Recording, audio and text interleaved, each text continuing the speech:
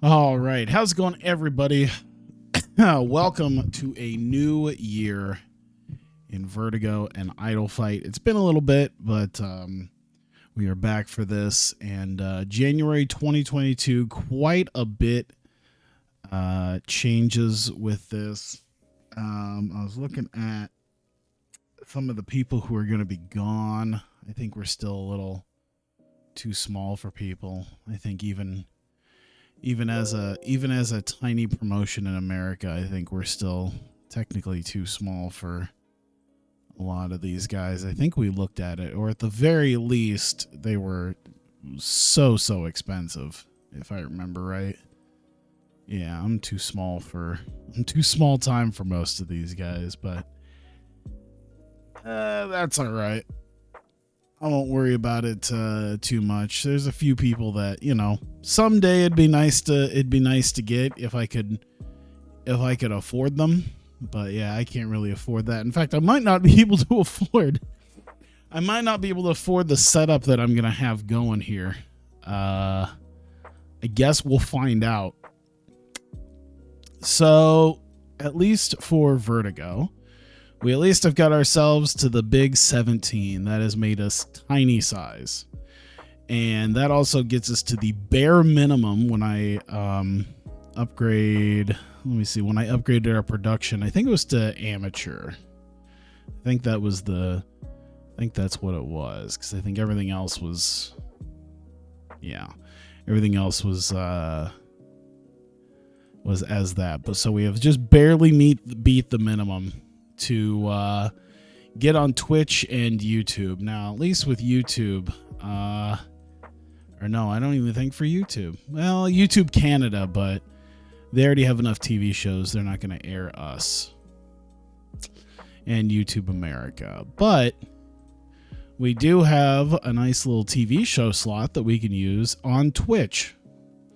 So, fun enough, I have decided I'm going to try TV tapings. We'll see how long this lasts with some of the stuff that I was working with. With some of the stuff I was working with, it was not the greatest. I don't know a good way to state it, but it cost quite a bit of money.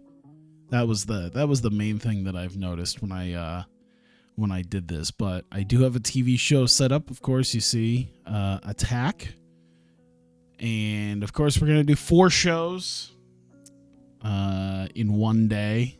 I have set up. I'll probably have to set up every month to see what day we have available for our tapings. It's gonna have to be Monday through Saturday.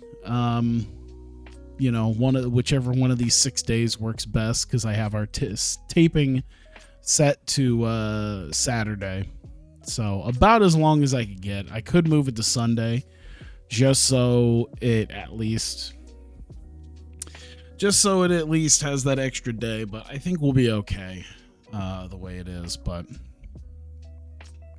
yeah, that's about the most of it here. From what I've noticed, though, is it's very expensive, and I'm expecting to lose a fair bit of money. As for how much money, I'm not sure yet. I guess we'll figure that out. And I think, other than that, I'm not really too worried. I was trying to look at the finances of this. We technically lost $2. We've been kind of floating since October on the same amount of money, basically. We've lost a grand total of $20. So we've done pretty well, despite the pretty decent spike in worker costs the last couple of months. So we'll see what we can do with that. I think I changed most of the stuff up that I want to change. I think we're basically just going to our TV shows at this point. I expect we'll do pretty okay ratings wise, but yeah, realistically, the big issue that I have is what the hell it's gonna look like in a couple months. because like I said, it's very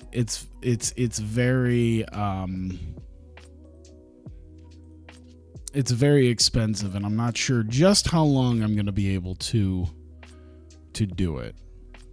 I'm going to cross my fingers, and of course that might be the upside to having a second promotion is funneling a little bit of money to ensure that we stay afloat at least, 1 or 2 more months. Of course, it's probably not a good idea to funnel all of our money out of there, but we'll see.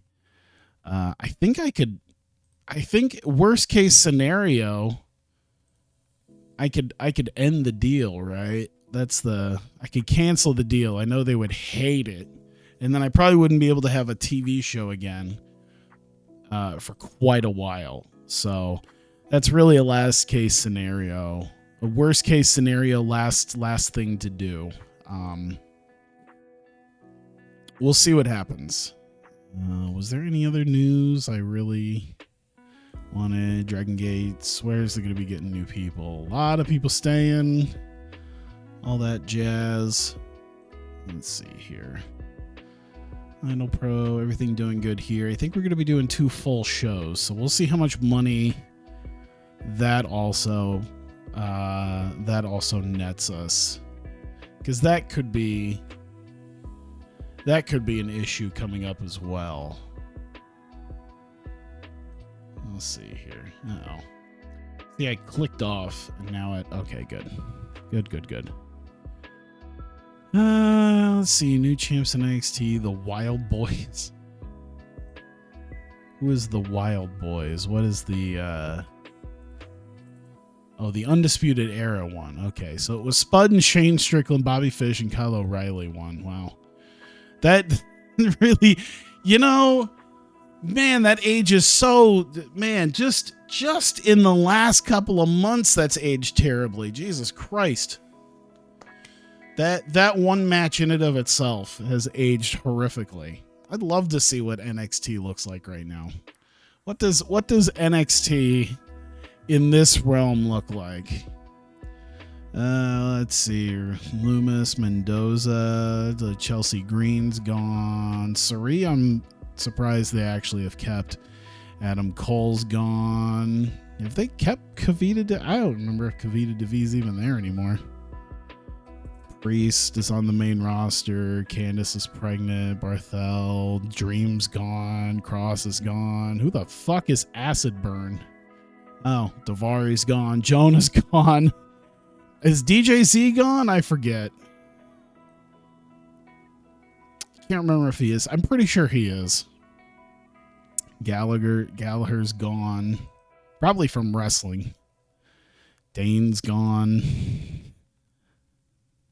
Devlin's gone, I believe. Jesus, Keith Lee's gone.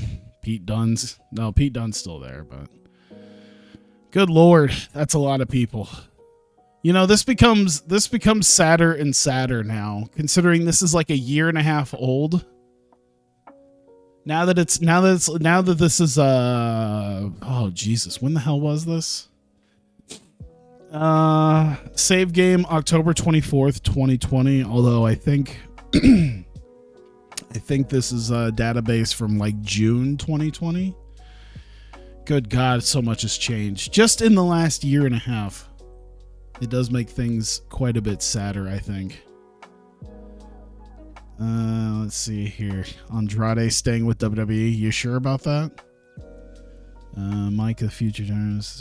Gargano staying with WWE. You sure about that? Jesus Christ. Yeah, it would be interesting to see now what would happen if we had something more up to date with the 150 releases that they've had in the last 6 months. All right, let's see here. Midwest, we're in our theater. They're expecting 125 fans. By the way, I don't think this matters all too much, but I don't know if I can access it. Ticket prices. I originally was dumb and put these all as normal, which, I mean, is the default. But of course, when I do my events, they're all set, specifically as very cheap. Now I've set all of it as very cheap because I can't do that for my TV taping. So it looks like it has had a difference. It was not 125 fans that I was expecting the first time around. But this should be interesting. This is why I want to keep the TV tapings going, because I feel like knocking out 4 TV tapings might be, I don't know, it's technically more segments, I think, than I usually do. It's about as many segments as I usually do. But I feel like I could knock it out a little bit faster. Oh, man, I didn't make it, did I? Shit. That's all right. I'll just create it. I mean, we can just put a placeholder for now, can't we? That's probably the best idea. I don't know. Is there a generic one? I don't know if there's more generic ones or not. I'll have to figure it out at some point. There we go. Singles, matches, any, no limits. This is a floating title. It's sort of going to be the secondary title, but I like floating titles because I like how New Japan does the Intercontinental title, where it's like it's kind of a secondary title, but they still kind of treat it like a 1B to the 1A. Normal, TV frequency, normal, event frequency. I'll just leave it all as normal because it doesn't really matter all that much. Other than that, I don't have a belt set up for it right now. I'm going to have to make a belt for it, I think, before the next time. Other than that, let me see here. So, yeah, that's also a floating one. There, Prestige 34. All right, cool. So we can knock out. This might be nice because these are literally going to be like 9 segments each. 9, 10, 11. So yeah, there might be more than what we usually do, but I think we're going to be able to knock this out pretty well. All right, 5 minutes. Nick Dinsmore is going to come out.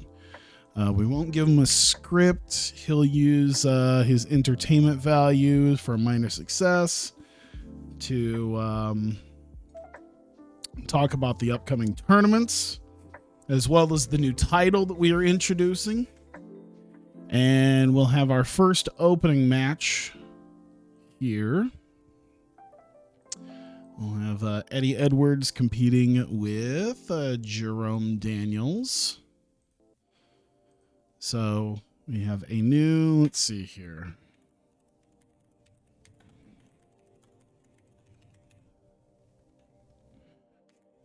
There we go. We'll do 13 minutes total. Let's get Eddie Edwards to be the victor. Yeah, I'll make it an open match. I'll help, but yeah, it's going to be a pretty decisive win. It's just going to be Eddie beating Jerome Daniels. That might be a thing too that I'll have to look out for. I think I try to do a pretty good job, at least with the TV shows, of keeping it to like 2 appearances max for a lot of people, unless they cost like $50 or less. Because like I said, this shit gets expensive. Here we go. 2 minutes on this. Let me see here. This Tommy Mercer and the end. So Tommy Mercer and Odinson and Pero. So we'll just use his microphone skill. They'll use their menace, and it kind of helps put all 3 of them over. There we go. And we finally have proper announce team, a two-man announce team. That probably is another thing too, is actually having a 2-man announce team. I could probably almost get away with just 1. But whatever. Let's see here. That is Bobby Orlando. Let's see. He's going to entertainment. He's going to minor success. We got 2 minutes on that. Here we go. Tag match. I keep it very formulaic with a lot of these guys. I don't know if that's going to be the best or not. I guess we'll find out. Let's see. Body guys. Regal twins. That up there. We got 12 minutes. Keep that going. Dun, dun, dun, dun. Let's see here. Looks like we're giving it to the Regal twins on this one. We'll keep it open match. I mean, it's I see cleanly using. Yeah, we'll do a decisive finish, but it's going to be partner miscommunication. Sabby will be miscommunication by Sabby. There you go. Helps lead it to their loss. There you go. Win for the Regal twins. All right. Next angle. Drop that in. That was with Heath Miller with Kyler Kahn, and he's also there with Caleb Conley. So Conley won't be doing anything with it. He'll just be there, I guess. Won't be doing nothing and just be getting paid. I think that'll be okay. Let's see. Add an angle. I need to add the actual tournaments that I'm doing too. It's going to be another thing. I'm just looking here. Let's see. That's that. And that's Tyray. That is his microphone. That is minor success. And drop that in there. Main event for the show. 1v1. We got Effie, and we've got Tyray. There we go. Boom. Yeah, we'll just sort of leave it as is for right now. Well, you know what?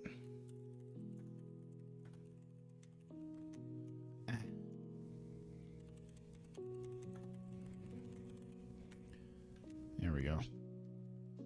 If I could just type things just a little bit nicer. 20 minutes total. And we got Effie. We'll have an open match. Do I want to make it decisive? We'll make it decisive, but we'll make it a flash pinfall.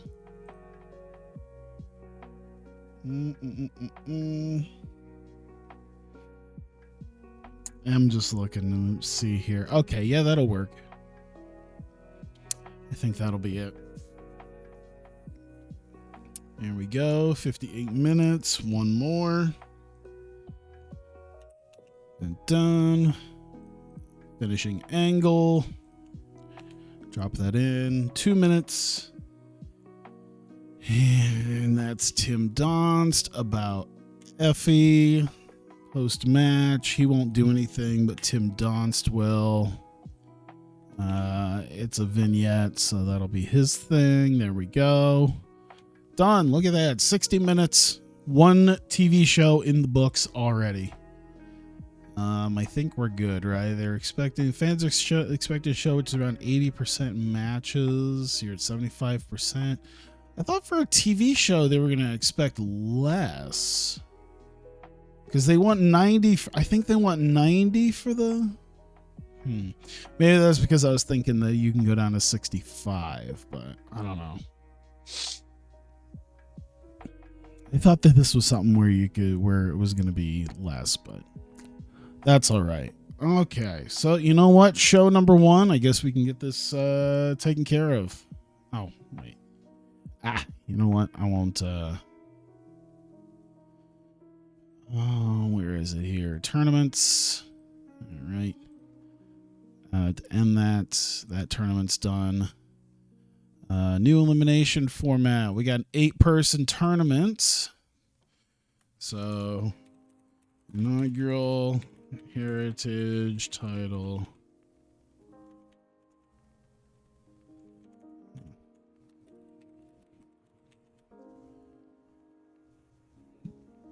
All right. Let's see. Oh my God, how did I set this up? Let me look here. We got Eddie and Jerome Daniels for sure. So Eddie Edwards and Jerome Daniels. I want to see what the next one would be.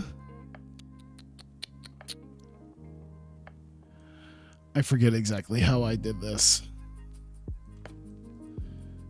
I'm trying to remember how I set this up. Excuse me. I'm trying to remember this real quick. Okay, how did I have this? How did I have this? All right, those two have to face off to do. Sorry, I'm just kind of looking real quick.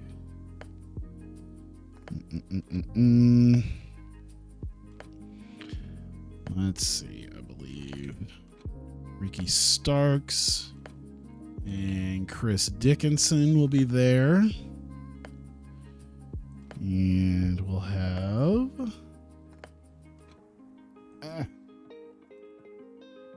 Mike Bailey, Christian Casanova, Timmy Lou Retton, and JT Dunn. All right, I think we're good there. Now that I see how it's basically going to work, there we go.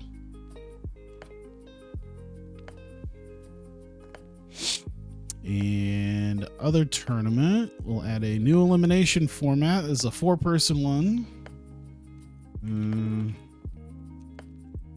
I don't know if I want to make this an official one. I'm not going to make it an official one.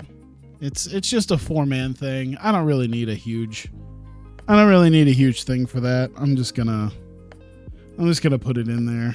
Let me see here. Give me 1 second. Mess around with some settings. There we go. All right. I think we're ready to go for the show then.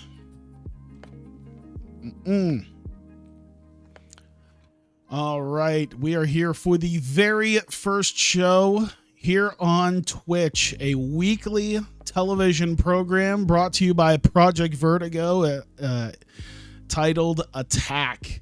Of course, this is the first of 4 shows that we are doing in a TV taping block. This is going to be a 1-hour show, and we have our inaugural show coming up here with the Commissioner Nick Dinsmore coming out to open up the show, introducing people, welcoming them here, and saying that they're going to have a couple of tournaments to start this off. First off, a 4-man World Championship Contenders Tournament to determine who's going to be the next man to face Tommy Mercer at Undeniable next month. And he is excited for that, and we'll see the first 2 contenders, first 2 participants in that tournament in tonight's main event. But he is also bringing up the new championship that will be created here, entitled the Vertigo Heritage Championship. It is meant to be sort of a secondary championship to the world title, at least not quite the world championship, but up there definitely for sure. And we're going to have an 8-man tournament, and the first of those matches will be going on tonight. In fact, I believe it's going to be right off the bat. So we have the first match up in the inaugural Heritage Championship tournament. In the first round, Eddie Edwards opens up the show against Jerome Daniels, goes just over 11 minutes. Locks in the Achilles lock on Jerome Daniels, forces him to tap out, and Eddie Edwards is going to be moving on to the semifinals of the Heritage Championship tournament. Going on, we go backstage. Tommy Mercer with the World Championship talks about the 4-man tournament And we'll see two of the contenders in the main event tonight. And he is along with Odinson and Pero with all of their new championships. Of course, they all successfully defended their titles at Wrestle Zenith. And they plan on taking on all challengers, whoever ends up challenging them at Undeniable, and they plan on staying champions.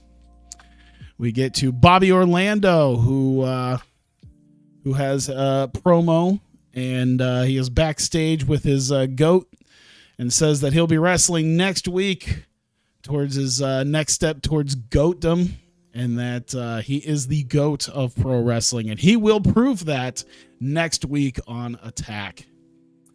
We get our next matchup, the Body Guys taking on the Regal Twins. It goes just about 10 minutes until we had a little bit of miscommunication between Jesse Goddard and Sabby that allowed Logan Regal to get the pin on Jesse Goddard, and the Regal Twins successful in their matchup tonight. And the Body Guys unhappy about their loss once again. And there we go. We go backstage. And of course, after the loss in the 6-man tag at Wrestle Zenith just a couple of weeks ago, Heath Miller is just done with Kyler Khan. Kyler Khan has sort of inserted himself into Heath Miller's life. And he says he doesn't need him. And he tells them to stay away from him, and that he just needs to go find a way to do his own thing, and he doesn't need help from a nobody like Kyler Khan. Khan doesn't take this too well. He ends up kind of screaming at him, saying, that Heath Miller's going to be nothing without him, and turns to Caleb Conley and says that he plans on building Conley into a future superstar. And we get coming up to our main event, Ty Ray, who was successful last month. I believe it was Ricky Starks that he faced. He was successful at Wrestle Zenith in his match, and decides to have a pre-match promo, a vignette before that, declaring himself the official prodigy of Project Vertigo Wrestling. And this will lead into our main event, Effie versus Ty Ray, and goes just under 18 minutes, and had a lot of back and forth action between them, but nonetheless, Effie ends up getting the better of Ty Ray with a quick roll-up and the win, and Effie will be walking away with the win and one step closer to challenging Tommy Mercer for the World Championship. And it is at this moment that Tim Donst appears on the screen to cut a promo of his own. Says that he is going to be in competition next week on Attack for this tournament against Taylor Wyndham. And he says that once he beats Taylor Wyndham, he plans on beating Effie once again, and driving him once again to his disheveled state, and he is coming for the World Championship. And that is the end of show number 1. There you go. 11 regions. Very nice. 52 is always very nice. I didn't even check Backstage Instance, but they would have told me if it was an issue. So there you go. All right. Show 1 in the books. Show 2.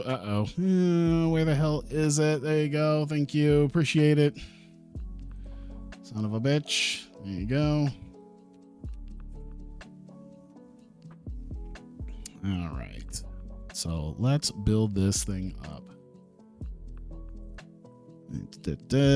Another 9-segment show. Not too bad. I'm really interested in seeing how this is going to work. There's just a vignette, so we'll just use his microphone, or at least a backstage pre-show thing. I mean, we're at about half an hour. I'm interested. Yeah, this is the main thing. Is I'm interested in seeing how long this takes compared to just doing 2 normal shows. The price thing, the finance issue is going to be another major issue, but I won't worry about that as much right now. like I said, it'd be very nice if I can knock this out a little bit easier than if I did 2 big events. I think the main issue comes in with, let's see. Come on.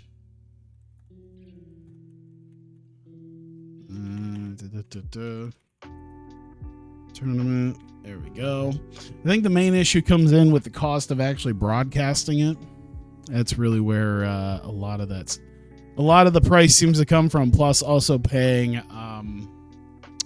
the fees for announcers. It doesn't cost too much, but it does cost quite a bit more. Let's see. JT done the victor here. Let's do open match. I think we need to at least have Timmy Lou Reitenbeed somewhat on the same level here, but still a decisive win. I think we're pushing Dunn as a face. Yeah, I think Dunn's a bit of a face. It's not usually, but I think at least at this point we will. All right. Let's throw that bad boy in. This is 2 minutes, and this is with JJ Garrett and Griff Garrison, along with Eric Cannon. And let's see here. Microphone, and we'll do charisma. And it kind of puts them all over here for their backstage segment. And throw in this angle here. And this is 3 minutes. Bobby Orlando coming out for his match. Mata killing him. Selling and Menace, I would say. Ooh. I don't know why. I'm just having indigestion half the time. I don't know why this. Probably because I eat like shit. But damn, does it suck sometimes to just kind of have that moment of like, just uckiness sometimes. There we go. What are we looking at? 14 minutes? Cool. And we'll give this one to Calvin Tankman. Tankman and Lamar need their win back after losing to the end. Decisive enough win. You know what? I feel like these guys can probably go all out. These guys, Tankman's about the only question mark, but I think he can, even at 65, I think he can probably go for 12 minutes. I think he'll be fine. Let's see here. Another promo. See, this is another thing I like, is the fact that you can just, it feels like you're getting more stuff done just because you're knocking out TV shows faster. Oh, that's Tankman and Lamar. Okay. Calvin Tankman, Trey Lamar. Microphone. All your successes there. Boom. There we go. Do you know something I didn't even realize? Because I'm seeing up here now. I'm doing I really need to by the way, I really need to call about getting a tune-up on my furnace. Just making noises it probably shouldn't, and it's mostly because I just haven't gotten a tune-up on it yet. I mean, it still works, so it's not a huge deal, but I should probably get that dealt with. But yeah, I had Christian Casanova on here, and I didn't really think anything about it, and I can't remember. It was literally like the day. It was literally the day he won the damn NXT North American Championship that I realized that Christian Casanova is actually Carmelo Hayes. I had no idea until I think I was just kind of messing around on looking at some stuff, and it was like, yeah, Christian Casanova, also known as this blah blah blah, and like it listed him as an NXT North American champion. I was like, what? And then I noticed it was literally that day that he he won the title as Carmelo Hayes, and I'm like, I didn't even know he was that guy. It's probably kind of bad that that's how little I end up paying attention to NXT. Taylor Wyndham and Tim Donst. World Championship Tournament.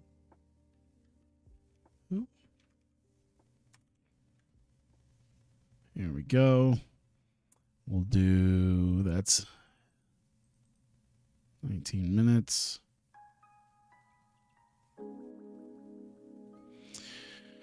Let me see here. We have got Tim Donst, the victor.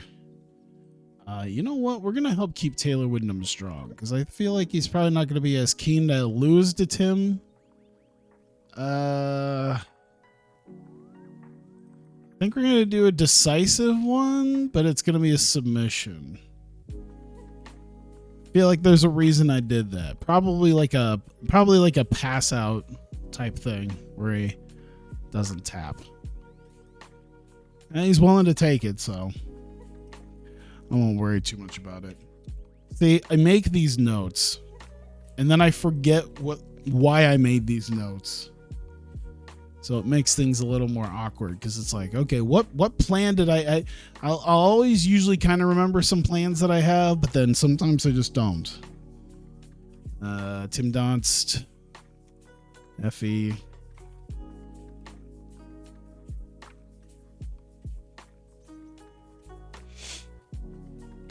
All right, so let's see here. Microphone, don't do anything. This builds up their match.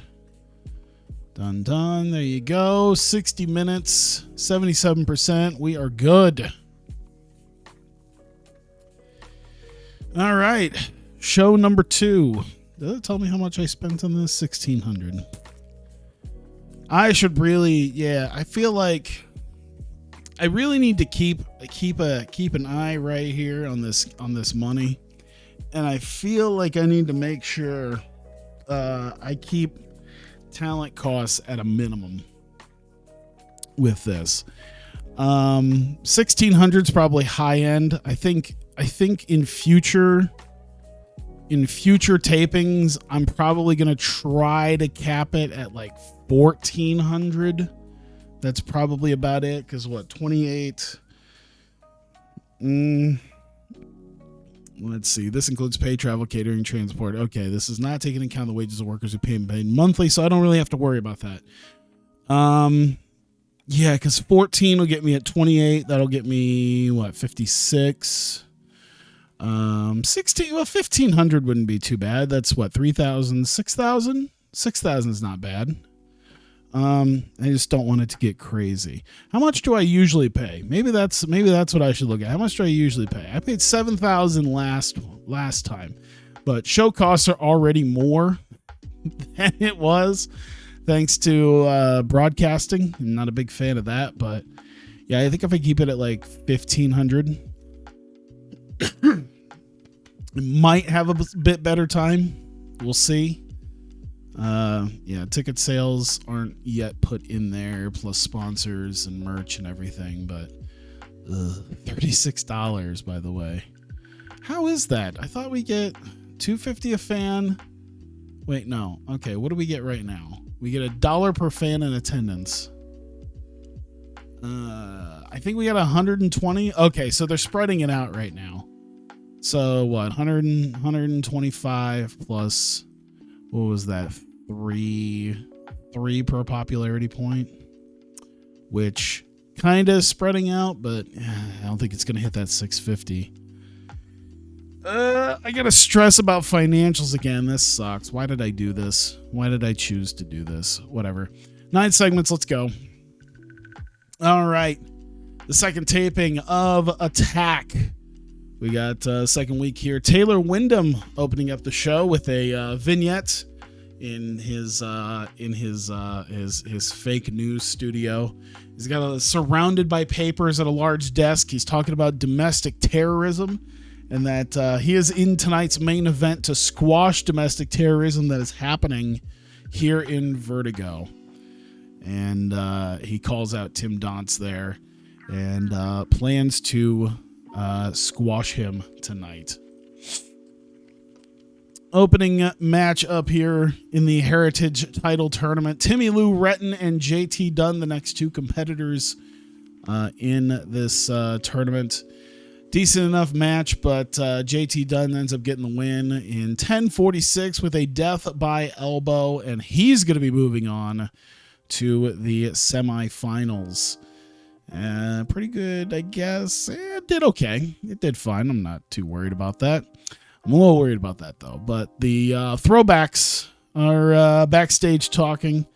They're wanting to have themselves a match coming up on a future show, and they're looking forward to it. They're looking forward to having a match next week. And Eric Cannon, who seems to be quite buzzed, walks by with a can of PBR and interrupts them and talks about how nothing really matters, and tries to really black pill them, and just tell them, what's the point? Why even bother with this?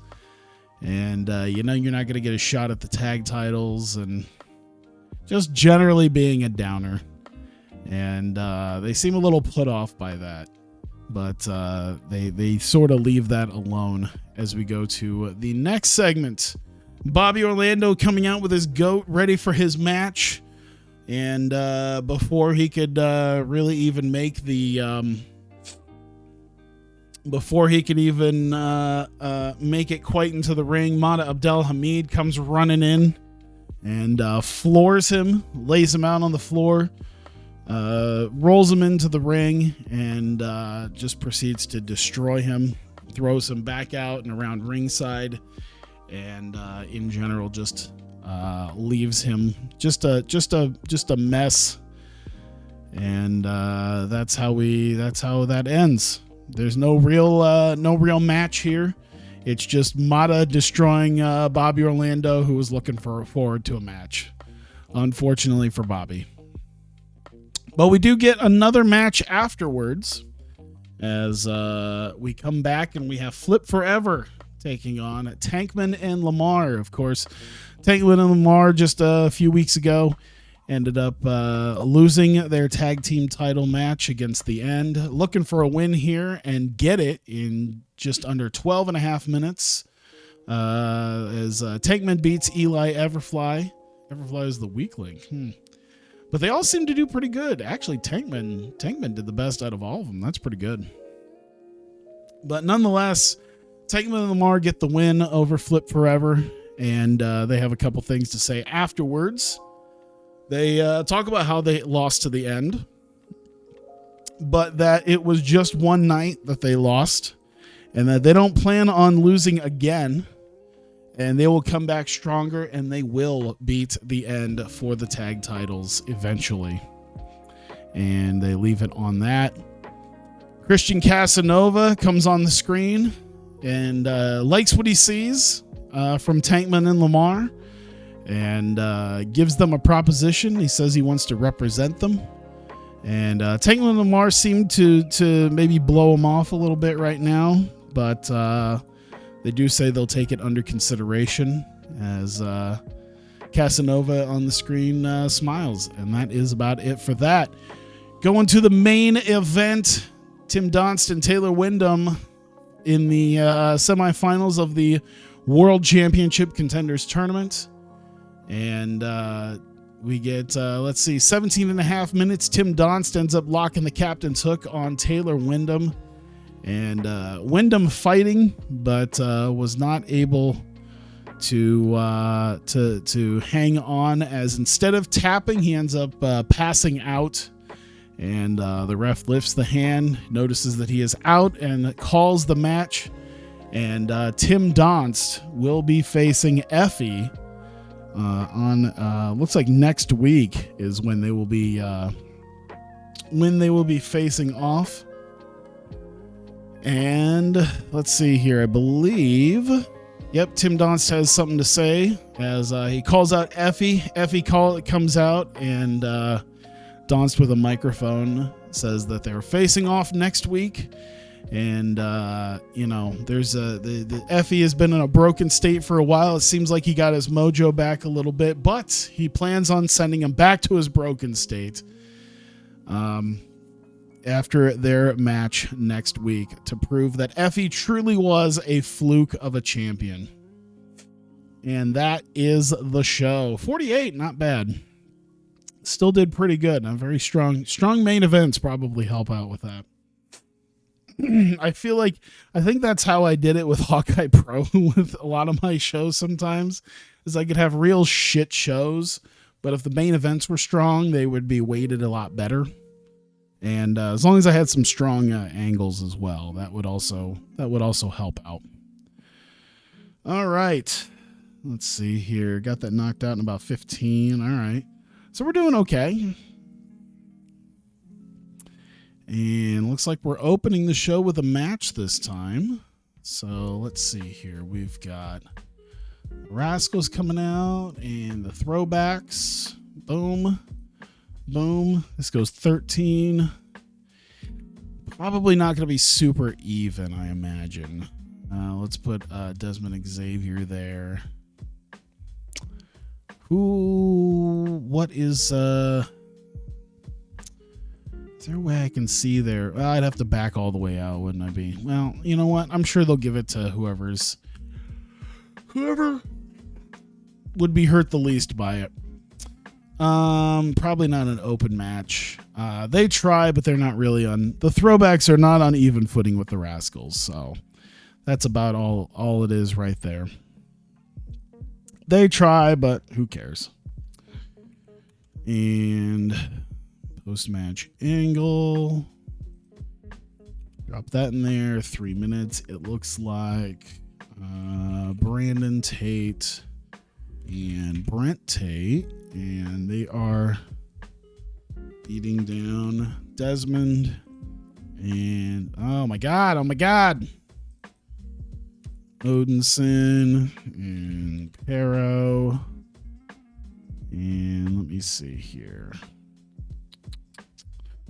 So let's see. They're going to be cutting a promo afterwards. So maybe the microphone. Which one would be better for them? I don't think they're great. I don't think they're great talkers, but they're not really great.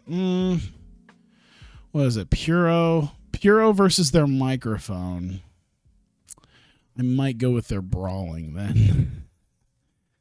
Let me see here. I think I can go here to here. Come on. Rated on fighting. So that's highest rating brawling, Puro, hardcore. Okay, so I guess I'll do their fighting since they are beating someone down. These guys are selling, and these guys are off screen. And okay, yeah, so this good for them, bad for them, puts them over because they want to be faced. Cool. All right. I think we got that taken care of.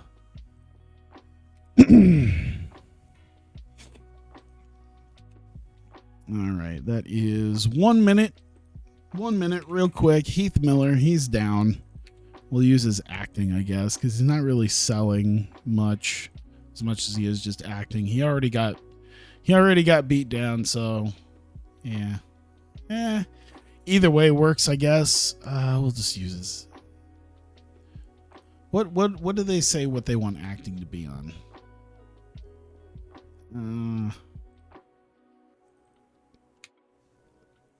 What would they say selling is?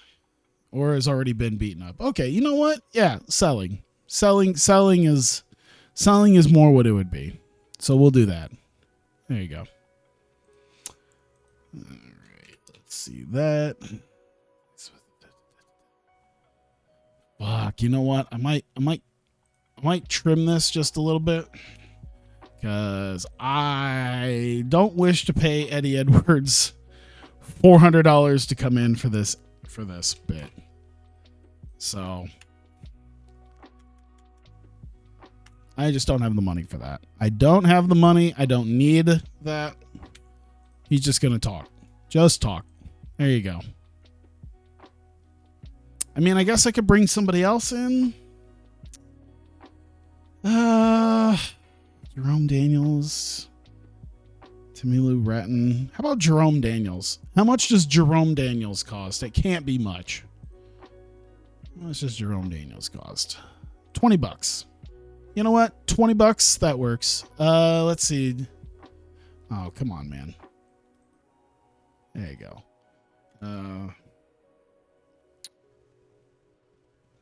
Let's see. Daniels warns about Eddie's brutality if he has to face him. There you go. There. So there's at least somebody else also talking to him. That helps out. Minor, I guess, yeah, kind of puts it over. Better than spending $400 on having Eddie just do a bit. I mean, I'm spending I don't know how much on Heath to do his bit. How much is that? Let me see this. Oh God.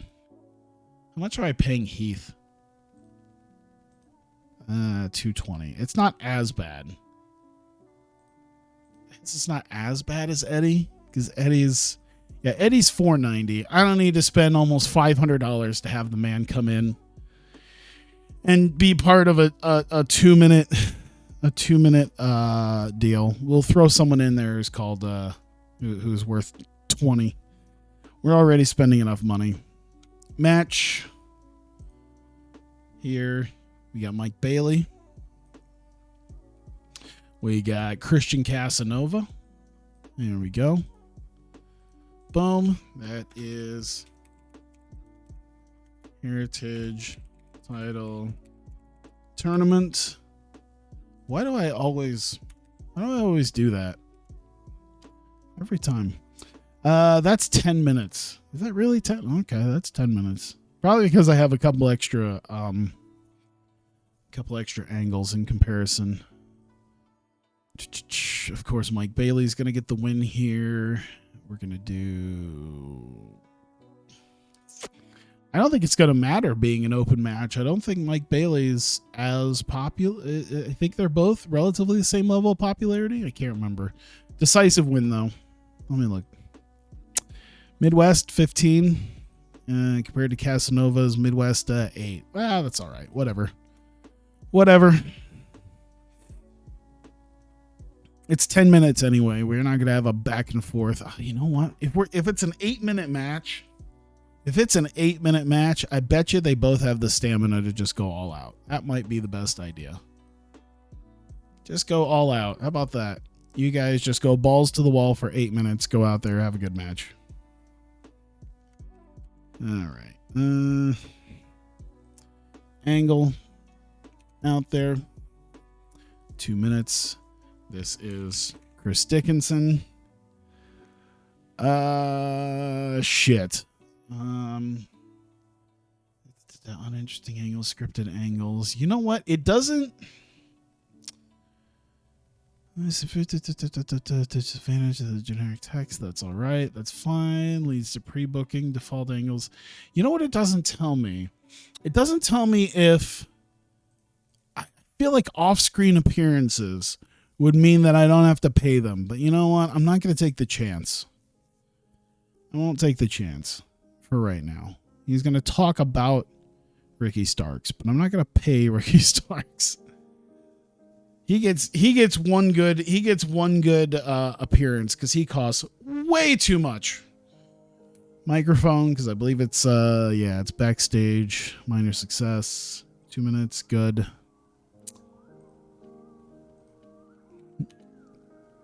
There we go. Angle. Drop that in there. 1 minute. It's about Kyler Khan.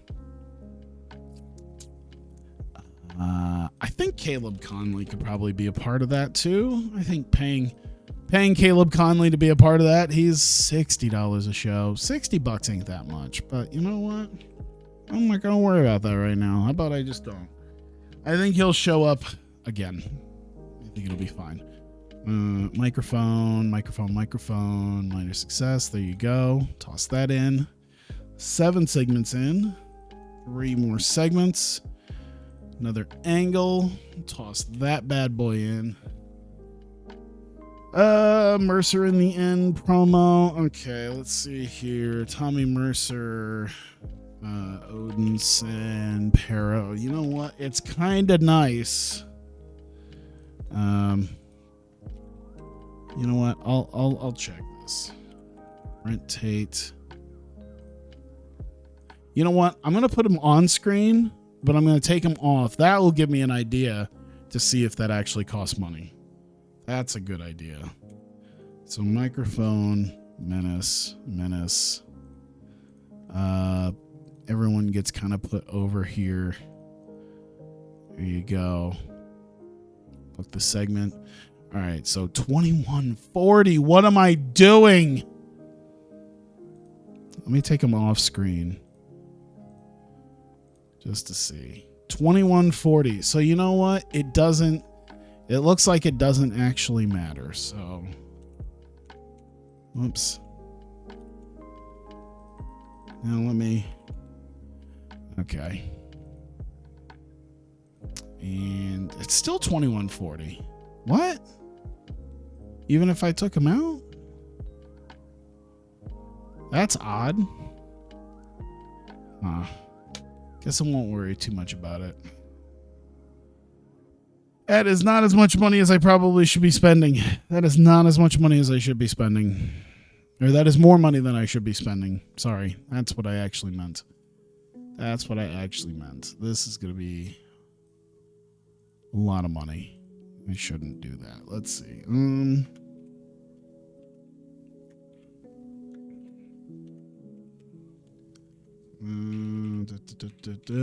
1 contendership to world title. And this goes a grand total of 22 minutes, so a 20-minute match. And we got Tim Donst.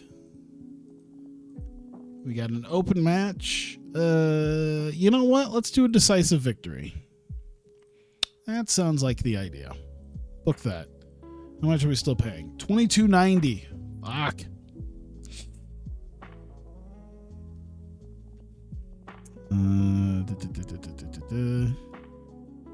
We still gotta pay for these guys too for the last thing. Fuck. Why?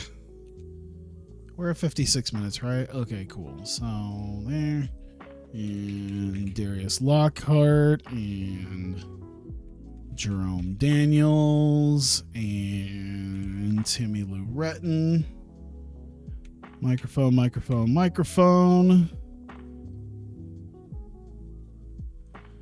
Minus success. There we go. All right. I am not going to hit that 2,000 again after this. I am going to keep strict tabs on how much goddamn money I'm paying per show. I have to put a hard, like, 1,500 a show cap, because this is brutal. This is going to get really, really brutal if I don't.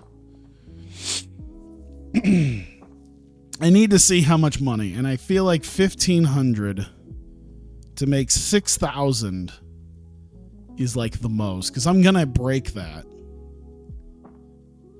Yeah, this is nope. I'm not doing that again. If we move this back just a little bit and we can see about how much money we made on certain things. Good God, show costs are ridiculous. It's amazing to me how much it seems to cost to throw something on Twitch. I feel like it really shouldn't be, but whatever. 60 minutes, cool. Start the show. All right, we have the third installment of Project Vertigo's Attack.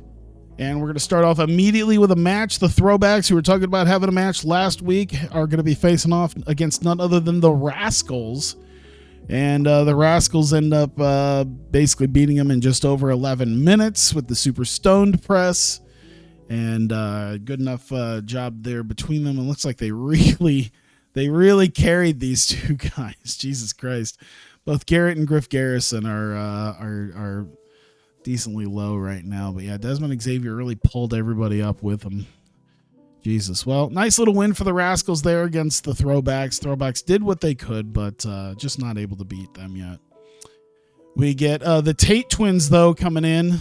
They come in and beat down the Rascals.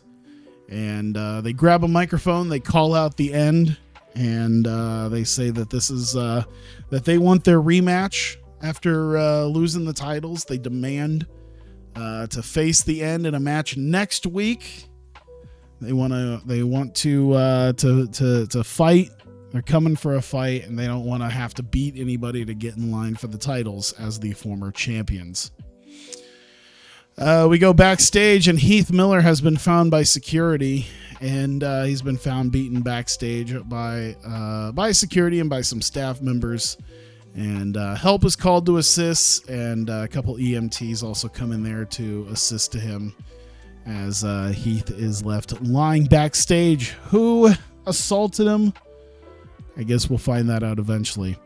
JT Dunn talking about his win last week over Timmy Lou Retton in the Heritage Title Tournament. He's looking forward to advancing and possibly becoming the first ever Vertigo Heritage Champion.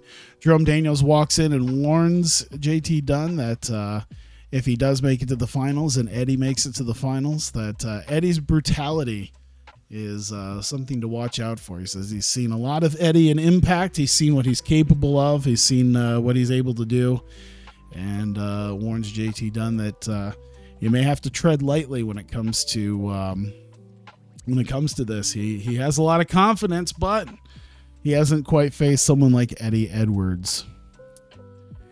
And we get to our next match. Speaking of, in the Heritage Title Tournament, Mike Bailey and Christian Casanova facing off. And just 8 minutes is what it took, 8:02 to be exact. Mike Bailey hits the shooting star knee drop on Christian Casanova, gets the victory. These guys went balls to the wall for 8 minutes. Bailey ends up getting the win, and he moves on to the semifinals of the Heritage Championship Tournament. Moving on, Chris Dickinson. He's going to be facing Ricky Starks next week in that Heritage Title Tournament, and he discusses that match, and he says that Ricky Starks, the one thing that happened at Wrestle Zenith more than anything is that Ricky Starks, for how good he claims to be and how good a lot of other people claim him to be, he is simply overrated, and he got exposed last month at Wrestle Zenith, and Chris Dickinson will continue to expose his weaknesses and his mediocrity when he beats him next week. We get Kyler Khan. He's backstage. He's just sort of walking around, and he's asked about Heath, and he's told about the attack on Heath Miller and if he knows anything about it. Of course, these guys had a heated exchange a couple weeks ago on Attack, and Khan says he has absolutely no clue what happened. He says he doesn't care enough about Heath Miller anymore to lay a finger on him. And he is a better man now that Heath Miller is gone out of his life. And he could be a successful teacher and mentor. And he has his book and shills his book once again on how to become a successful professional wrestler. And then he moves on away from the interviewer. We get backstage, Tommy Mercer in the end once again, as they're talking about the main event. As Tommy Mercer will be looking intently on the Tim Donst to Effie match to see who will be challenging him for his world title at Undeniable. And Odinson and Pero also have decided that they are going to accept the Tate Twins' challenge for next week. And they said to spice it up even more, they'd be willing to put the Vertigo Tag Team Championships on the line as just a special treat there for the new show on Twitch. Why not have a title match? So we are looking forward to The End versus the Tate Twins for the Vertigo Tag Team Championships next week. We go to our main event, Tim Donst and Effie. Tim Donst goes on just under 20 minutes as Tim Donst pins Effie after the Donstitution, and Tim Donst is the new #1 contender. And I guess I'll probably put the pre-booking here because it's pretty much set here that we will have.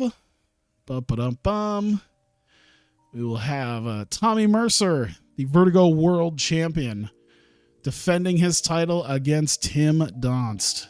Here we go. Vertigo World. Whoops. There we go. I'll just put like 20 on it for now. Who cares? I'll probably change that. Oh, right. There we go. Pre-book that. Tommy Mercer versus Tim Donst at Undeniable for the Vertigo World title. It is set. All right, let's see here. And after that, as he is celebrating, we have Darius Lockhart and his crew breaking into the feed. They said they have hacked the Twitch feed to discuss their personal feelings on injustices in professional wrestling. They said what's happened to them over the last couple of months has been an injustice, and they plan on righting those wrongs in the future. They have plans, and they are following up on those plans very soon. And that is how we end that show. It will decide. There we go. 53. Very nice. Like I said, strong main events have really been carrying a lot of the show here. I mean, we're still having decent ratings throughout, but yeah, it helps out. All right. Yeah, we're making good time. I like this. Getting everything done within about an hour 20, it looks like it's going to be. All right. Final show. And hey, then we are completely done with Vertigo for the entire month. I guess that's also nice too. I feel like because you're piecing it up into like these 1 hour bits, you really feel like you're getting more done, even though I think we're technically doing less. Because we're doing 4 hours of programming here. We usually end up doing closer to 5, almost 6. So let's see here. Ricky Starks, Chris Dickinson, Heritage title tournament. All right, let's see here. And we'll have Ricky Starks as the victor there. Open match. And decisive win, though. Am I going to do that? Yeah, we'll do that. Decisive victory. And I think that's it. Here we go. Yeah, Ricky Starks, I think, is too good to be doing. Yeah, he's on a whole nother level with this, with the 34. And yeah, and he costs a lot of money, too. Jesus. $500 a show compared to Dickinson, who's kind of, he's doing okay, but still like $1,600. Yeah, $50 a show.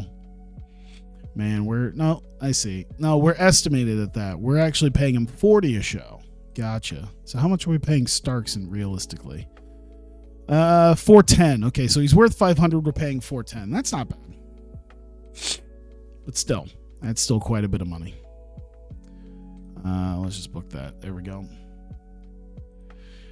Holy hell. Okay, so we got a lot of angles coming up. That's nice, because then we can just boom, boom, boom, knock that out. Here we go. 2 minutes. Starks. Okay. So it's just a Ricky Starks promo. Microphone. Minor success. Boom.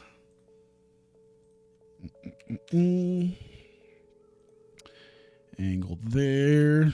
And 1 1 minute. Bobby Orlando. Mata's off screen.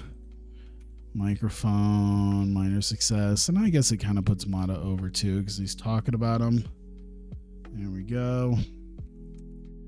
And drop in an angle. Come on. Come on. Come on. There you go. Let's see. JJ Garrett.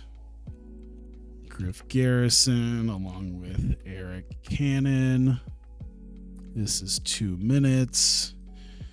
I'd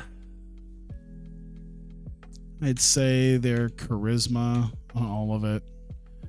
You know, they say the charisma working, what is it, working the crowd? Interacting with the crowd? I guess I could do microphone. That might be the best one. No, not menace. Microphone. And then we'll use his acting. Let's see how good Eric Cannon is at acting compared to his other stuff. Is it around the same? Yeah, it's about the same. Even better than his microphone, so maybe that's a good idea. There you go. Helps put them all over with that. Boom.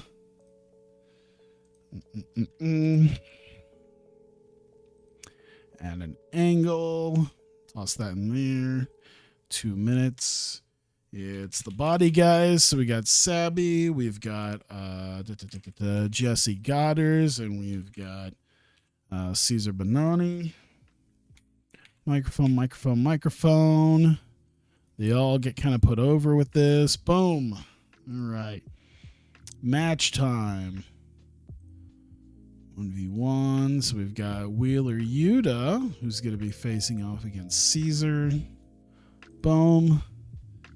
10 minutes. So we'll drop that down to an 8-minute match. Yuta getting the victory. Let's see. Probably not an open match. Well, I don't know. I might do that just because Caesar's kind of a big guy. Caesar's a big guy. He's not the best wrestler, but you know what? We'll do that. Also, how fast can he work? His stamina is a 71. I don't know if the rest of his, you know what? We'll see if he can go balls to the wall. Let's see what he can do when we have him go all out. See what he can pull off here, especially with Wheeler. That'll be interesting to see. Boom, and then another angle. Got 3 more angles. Jesus. 2 minutes on that. I see Wheeler Yuta along with Assad. And it looks like Logan and Sterling Regal. Whoops. Selling, fighting. So I guess minor defeats here, minor successes here, as it's a beatdown.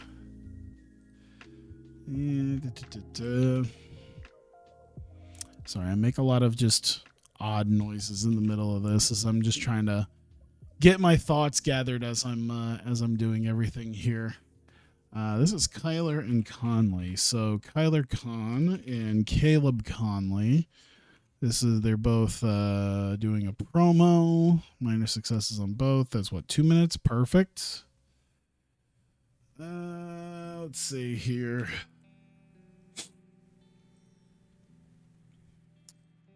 There's that. That's 1 minute. Let's see. Darius Lockhart and Jerome and Timmy. Once again, just a quick vignette to put themselves over. Boom. All right. Main event. Here we go. Add match. We go 2v2. All right. Main event. The End taking on the Tate Twins. Boom. 21 minutes is what it says. Are we doing really a 19? Did I do that right? I'm gonna make it a 20-minute because we're gonna at least hit that 20-minute mark.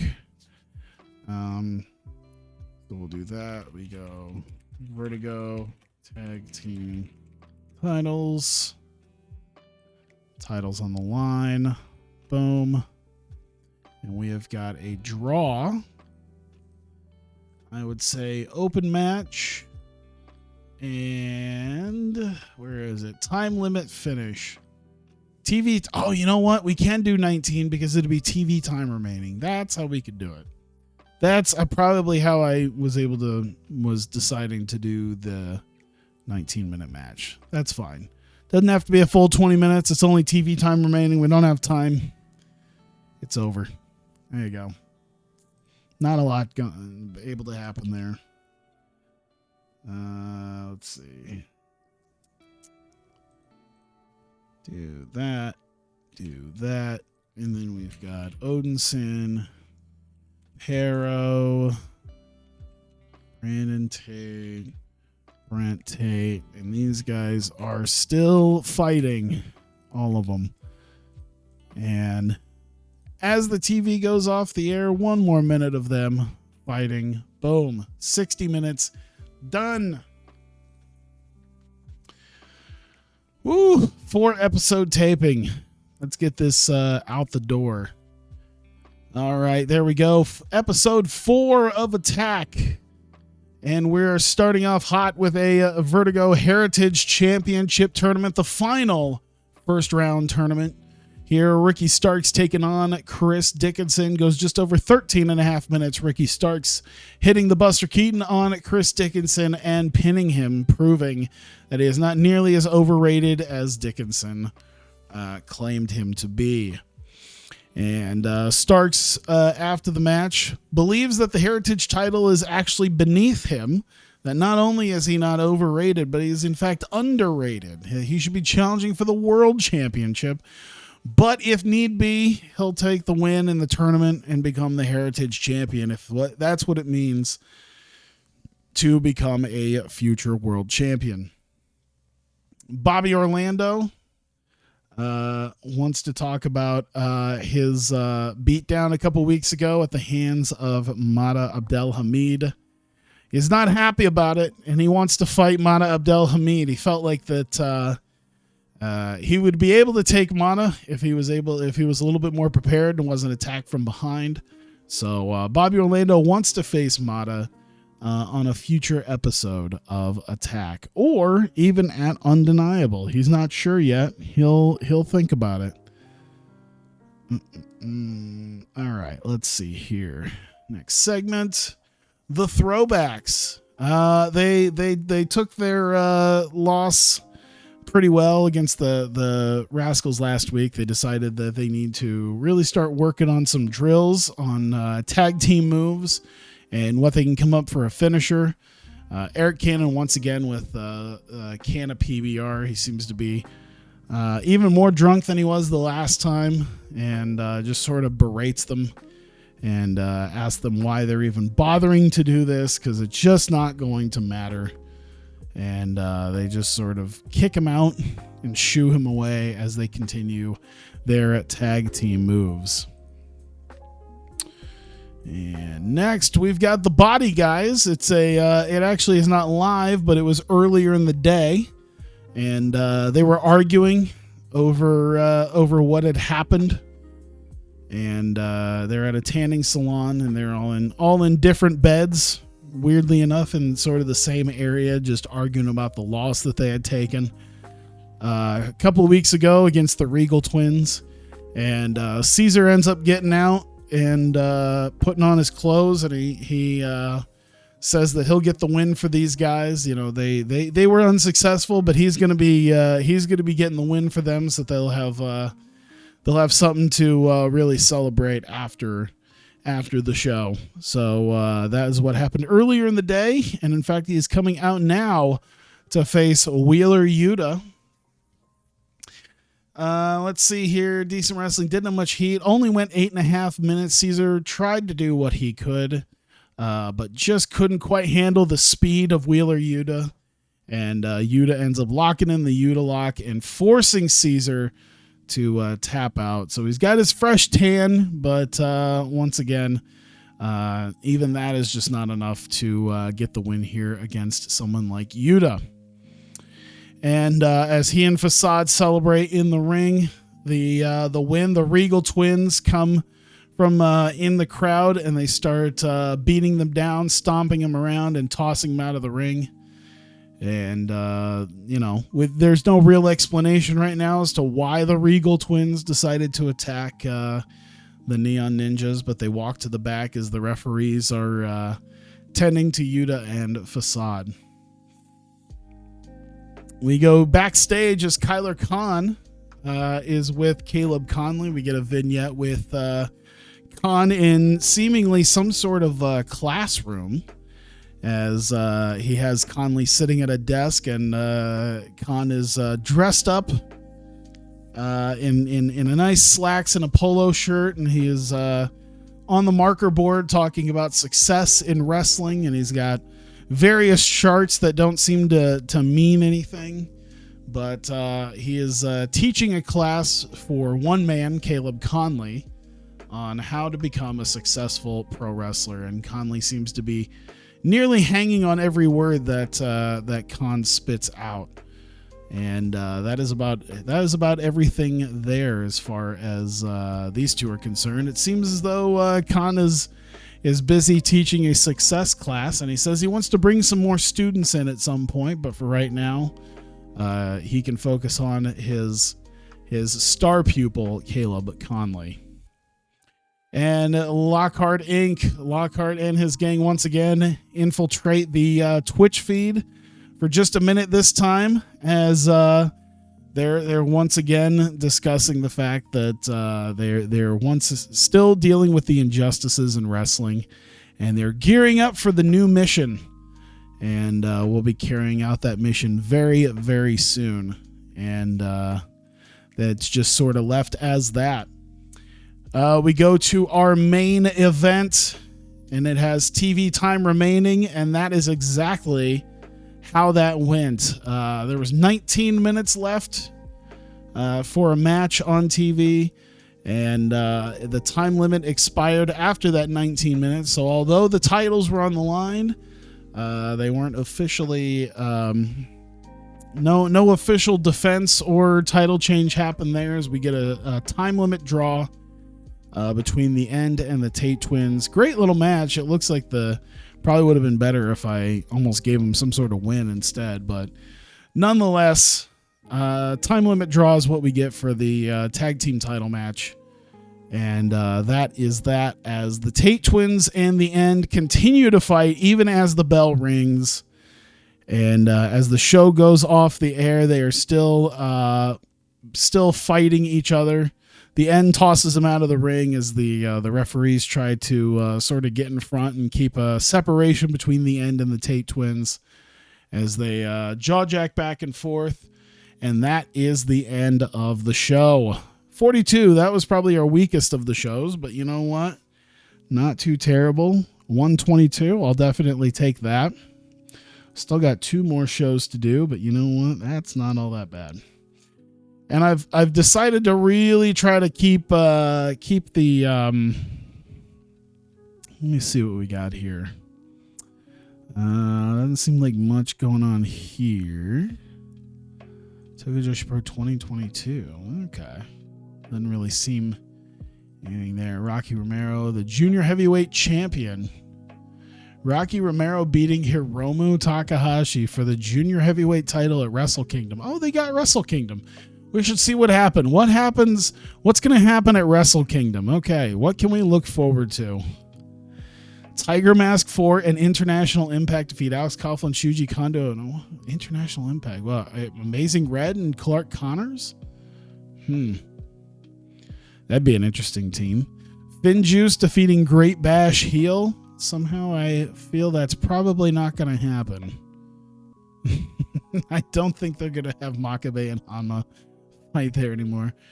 Ryu Lee and Taguchi defeating Roppongi. Well, considering Roppongi 3K aren't even a thing anymore. Yeah, I can't imagine that. Bushi defeating Kenta. That might actually have been interesting if that happened. Tenzan defeating Toru Yano for the Never title. Excuse me? Did he win it? Was that a defense, or no? He did. He beat Yano for the Never. Yano was the Never Openweight champion, and Tenzan beat him for it. Rocky Romero defeated Takahashi for the junior heavyweight title. Tanahashi defeated Zack Sabre Jr. Kota Ibushi defeated Minoru Suzuki to retain the IWGP heavyweight title. Wow, this is the point where the Intercontinental title actually goes above it. Wow, now Naito's doing it to somebody, as Naito and Okada end up main eventing for the Intercontinental belt. Very, very interesting. There we go. I don't think anything's happening. No. All right. So we're good here. We haven't really lost money. We have a show tonight. So our first show, I'm trying to keep it pretty close to 2 hours, right around that mark. You know, try not to spend too much money. Probably because I'm spending way too much money on Vertigo. Let me see here. I'm $2,400 in debt. I spent $11,000. All right, yeah. So $77.80. We got to keep that to a strict like $1,500 a show. So that's kind of probably where I want to be. Is a strict $1,500 a show. That'll give me to $6,000. That knocks an extra $1,700 off of that. It's still not a lot of money. I mean, I could have made an extra $1,000 if I decided to do 2 shows. Yeah, I'm trying to see here. Sponsor money, $8,500. What am I going to do here? $10,000. Okay, so you know what? That's not too bad because we're expected to make $10,000. We're still only $1,300 in, so I think we're still going to lose money, but we might only lose a couple thousand. That's still quite a bit. We don't have the money. We don't have the money to consistently lose $2,000 every month. But if I do that and I chop the worker cost down at least $1,700 to $6,000, I think that's probably going to be the best way. And then we won't be bleeding money as heavily. So that's not bad. And then I think over the course of other shows, trying to think here, merch, we still haven't quite gotten the merch money yet. So yeah, we're not going to get any broadcast revenue because it's free to air. So it might not be as terrible as it looks, but we'll see. Other than that, I think it's time for next show. IdolPro, not in Yokohama. We need to make sure we are in. We're going to be in Shinkiba. I think we're just going to keep, now that we definitely have a point where we're going to be damn near selling this out twice a month, I think staying in Shinkiba for twice a month shows, and especially if we start selling out, it's going to be pretty nice, and we're almost to that point. And we're definitely going to need that money because we might have to start shelling some out to Vertigo sooner rather than later. We'll see. Oh, we have an incident. Uh-oh. Backstage incident. Mirai entertain the locker room by organizing a poker tournament. Interesting. Well, at least it's a positive thing. We'll do that. That is 5 minutes. And that is Miyako Matsumoto and Lady C. And we do entertainment. Minor successes there. Boom. First match, Reika and Lady C. So Lady C has a match that Miyako gave her, and unfortunately, it's actually against Reika. I need to take a drink real quick.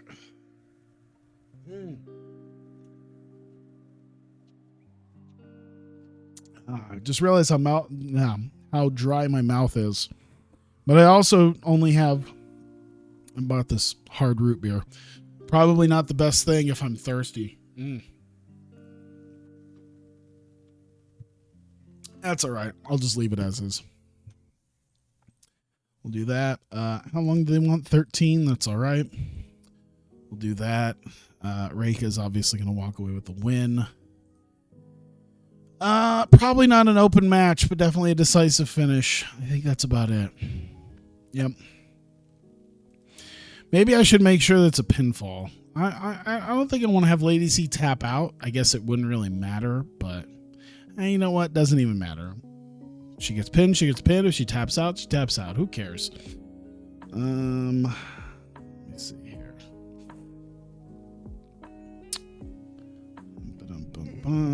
Sorry, I'm just looking at some stuff. All right.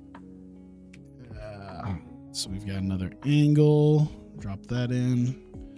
Do that. It is 3 minutes with Risa Sarah. She is attacked. It is Abaddon and Haruna Neko. Here we go. We do selling and I guess fighting. Minor defeat and minor successes. Boom. All right, let's see here. That looks like a 6-person tag. So 6-woman tag here. We've got Marikoto on one side. We've got Sleep Train Angels on the other side. They've got Asahi. And they've got Arisu Endo. Boom. Let me make sure that's right. Looks right. Okay.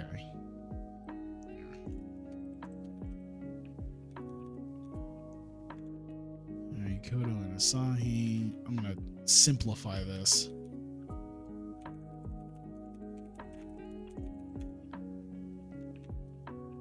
There we go. How long is this? 16. There we go. So 13-minute match. Who's going to take this? I guess Mikoto Shindo. You know what? Let's do Maria. I guess it doesn't matter because both of them work for Marvelous anyway. So we'll open match this. We'll make it an open match. But a decisive victory. Boom. Out the door we go. Should we give someone specific the loss? I wonder. I think I can look and see at their momentum. Well, this won't show me. This won't show me exactly what it looks like. It'd be interesting to see. It's all right. I won't worry too much about it. I think I could have given someone else the loss specifically. That's all right. Let's see the match here. Boom, boom. We got an angle. Drop that angle in. And this is 4 minutes. And this has Kamiyu. This has Mirai.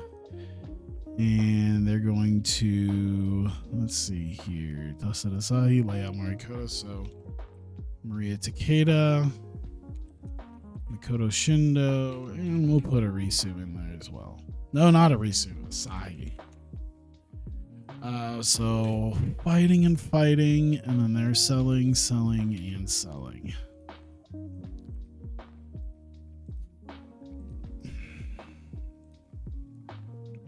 You know, it always makes me a little nervous just to hear the sound of cars going off just outside of my window. Just car, and that's the thing. I don't live on like a secluded street, so it shouldn't be a big deal.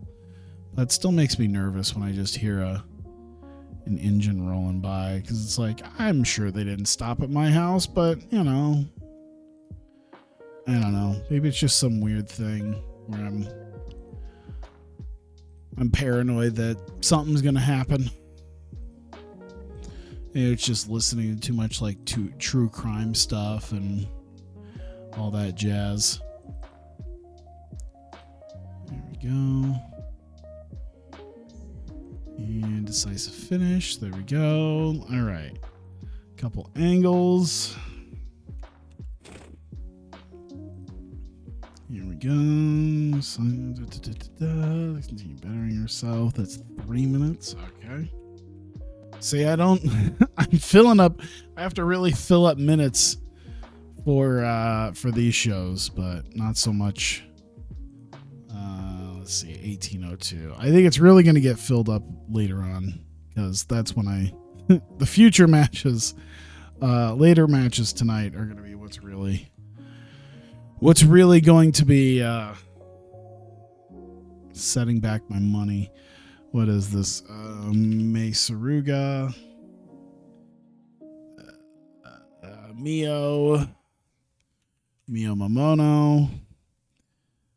Yep, that works. Let's see here. Microphone puts it over. There you go. Boom. And we get our match. Not an angle. I hit angle 8, 9. So segment 9. Match. Tag match. We have got exclude already booked. I guess it kind of helps. Mei Saruga and teaming with Mio Momono to take on Momo Watanabe and Miyako Matsumoto. Here we go. Boom. And that is 21 minutes. And let's see. Momo and Mio will take the loss. Open match, decisive win, and I think that's it. It's pretty. Oh no, we've got trying to see here. Yes, that's what it is. I guess not really decisive finish. It's tainted.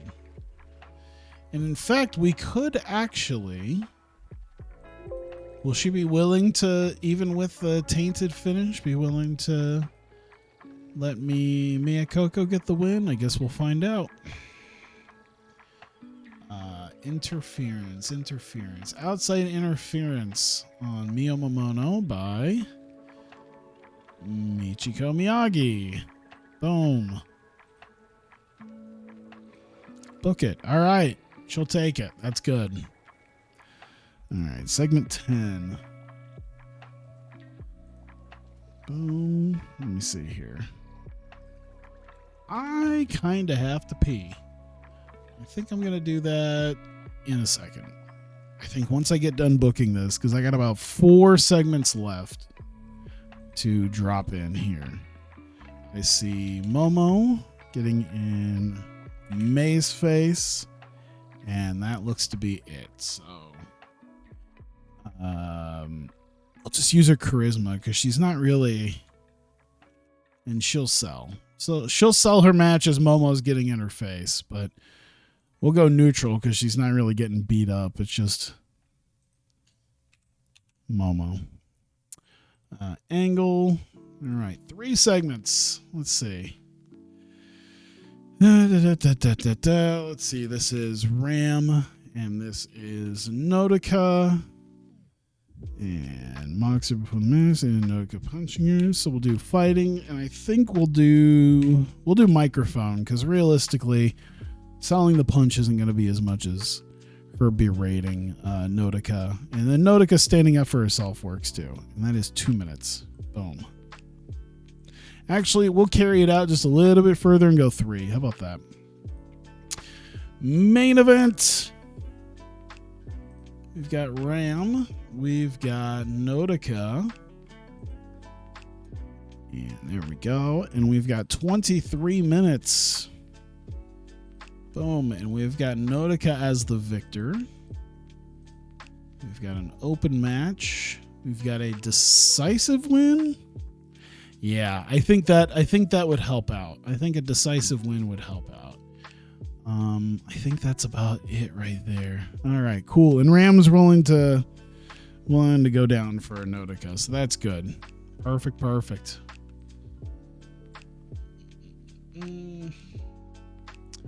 All right, finishing angle, of course. We gotta have Nodoka, and then we'll have Hikari Noah. I think that's it. So microphone, and we'll do microphone. They both build up this match. 4 minutes. Done. All right. 1:15. This was scheduled 1:14. So we are good because I added 1 minute. There you go. Right around 2 hours, which is, Jesus, what? well, Stardom shows used to be, and what most TJPW shows are. So right around the 2-hour mark. So I'll take it. I think we're good, especially considering we're not charging all that much. How much did that cost? $2,700 is not bad, considering all of our expensive. Considering it didn't go up as much as I thought. Considering we had Momo, Momo, yeah, both in one match there. So okay, not terrible. Doing better money management here.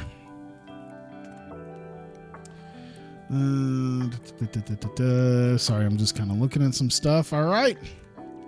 Idolfight Project's live stage 19. Nearly sold out crowd, 239 people in Shinkiba. First ring. Opens up the show with Mia Coco coming out, dragging Lady C out to the stage. And she greets the crowd, waves hi to them. Just does a couple of neat poses for the cameras, and she says that she has handpicked an opponent. She found an opponent backstage, and she wanted to test Lady C. And she says that Lady C is going to have a match right now and to get into the ring because she set this up for her. And she wants to challenge Lady C and see how good she has gotten under Mia Coco's guidance. Lady C's a little nervous about this. She feels like she hasn't learned a whole hell of a lot, but nonetheless gets into the ring. And it is none other than Reika Psyche. And Lady C's not very happy about this. She does her best against Reika. It doesn't really work. She hangs on for about 11 minutes, but eventually Reika picks her up, jackhammers her, which looks a little bit more impressive considering Lady C's taller than most of the people Reika faces. But nonetheless, hits her with the jackhammer, pins her, and that is it for Reika. And coming away with the victory as Lady C not quite there. We go to a video on the screen where it seems to be some sort of paparazzi style camera that has been that follows Risa Serra around as she had been heading to a convenience store, and seems to be shot from far away, like they're trying to spy on her. Eventually, she goes down kind of a darker side street into almost an alley. Until they run up on Risa and then just start pummeling her and hitting her with various weapons and leaving her.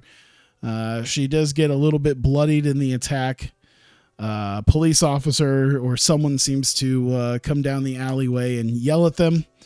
And they run away. And as they run away, the camera turns to be revealed that the people who attacked her were Abaddon and Haruna Neko from Revelation. So sneak attack on the streets of Tokyo, as it seems to be Revelation trying to make a statement here against Risa Serra.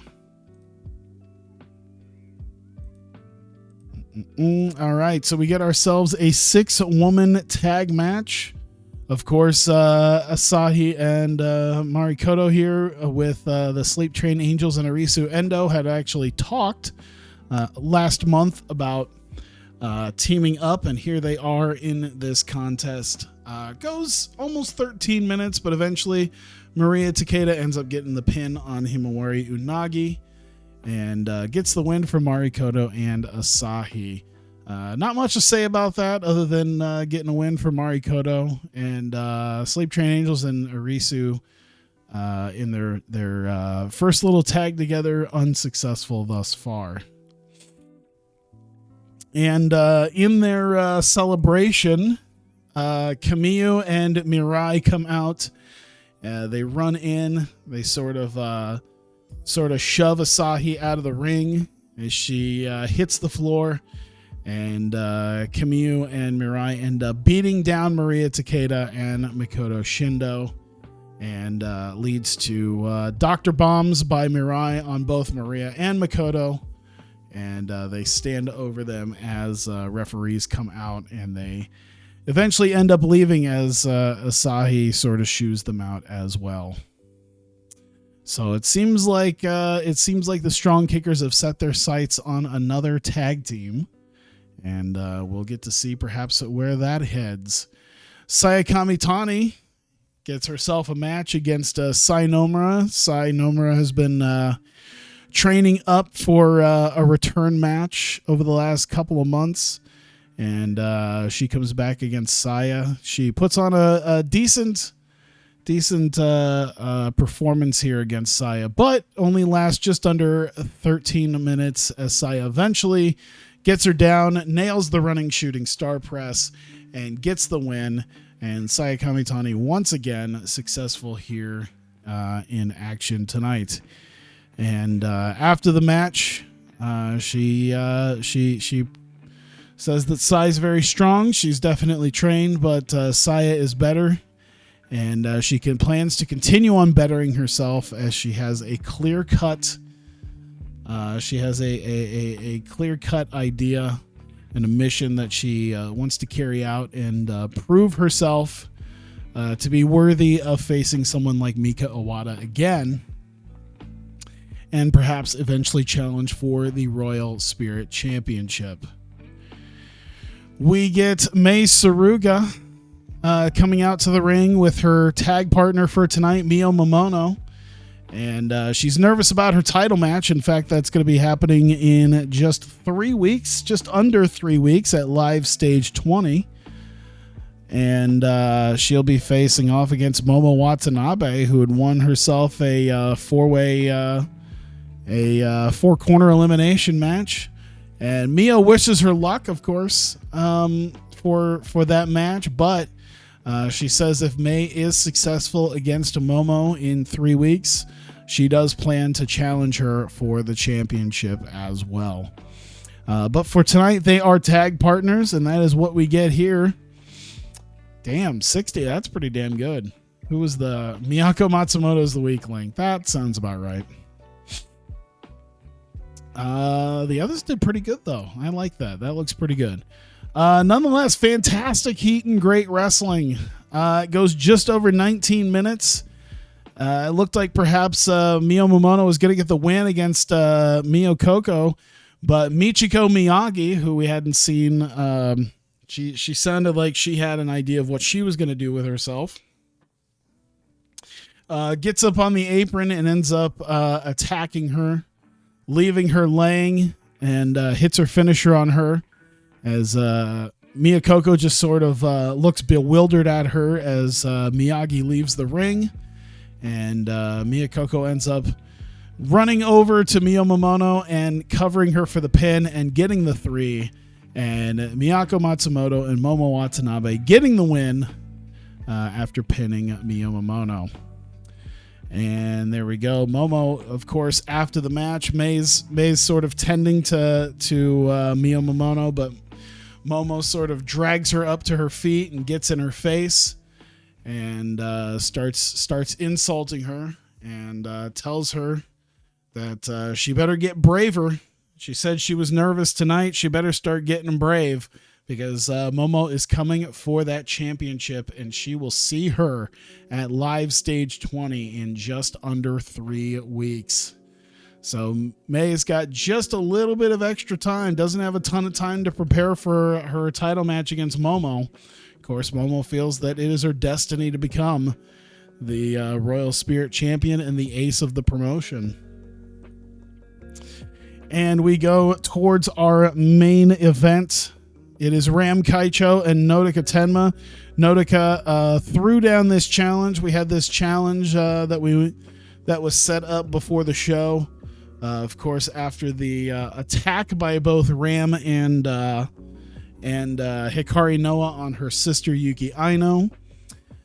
She wants to face Ram here tonight, and Ram mocks Nodoka about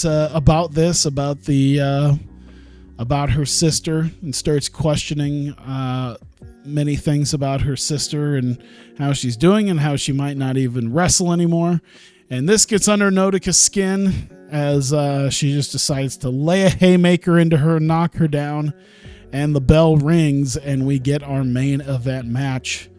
Goes just over 20 and a half minutes. Fantastic wrestling. Good wrestling. Fantastic heat.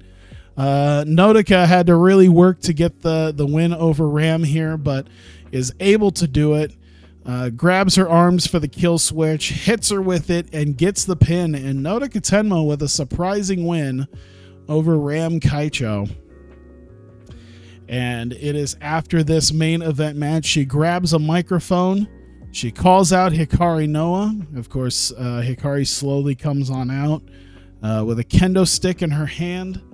And Nautica says that she will make Hikari pay for what she has done to her sister and the concussion that they gave to her, and that he challenges her to a street fight at Live Stage 20. So to bring her hardcore outfit, because Nautica is looking to fight here in 2.5 weeks, just under 3 weeks at the next live stage event. 49, very good. I like that. Let's see here. I would say Momo carried her match, and I would say Nautica and Ram did quite good too. So we'll praise them for their performances as well. Very happy, seemed pleased, and was pleased. There you go. Good. Now we get ourselves a lot of empty space before we get to the next show. They crammed most everything into week 1. Let me look at this real quick. So before we do that, I'm going to mute my microphone real quick, and I'm going to hit the bathroom. I just need to pee real quick. I'll be back in just a minute.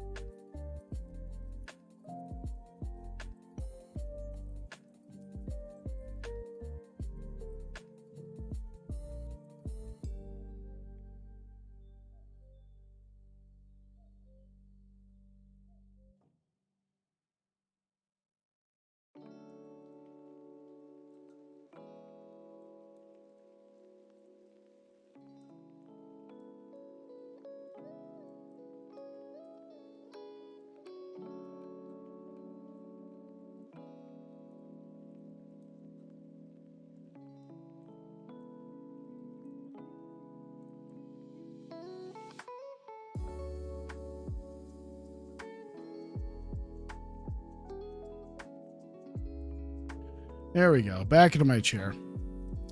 Pull out my keyboard again. There we go. Let myself sit up. By the way, this really tells me that I need to find the time to stream more often, because what happens is I don't stream for like 2 weeks, and then the usual people who would probably be here decide they don't want to be here because I only am here once in a great while. I usually have, kind of an excuse, but probably not as many as I could. There we go. So then what ends up happening here is people just decide they don't want to be here. So I should probably spend more time, even if I'm not doing something specific to what I usually do. I really should probably stream like me and my friends playing stuff more on the weekends, even if it's crashing semis or whatnot. Might be something that interesting to watch. Not to mention there's usually something happening that makes for something. Oh boy, Joseph P. Ryan. Oh boy, Ash at the brewery. Was that a thing? Was that an actual thing? I'd love to know. Nashville Fairgrounds? That could be. What else do we got here? Yeah, realistically, the stuff that happened in the last year and a half makes this very outdated already. 2,700. That's not bad. We'll probably not spend nearly as much as we did in December, but yeah, that's all right. That's all right.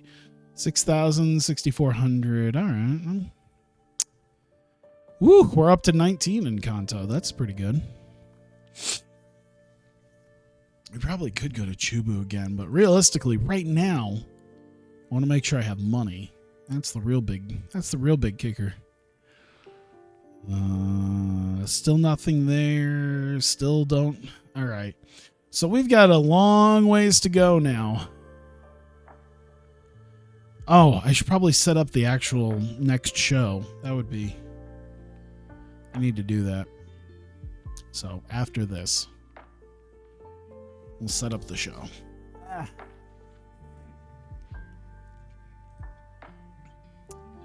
Ian Ron's a scumbag. Let's see here. IdolPro. All right. Events. Next live stage.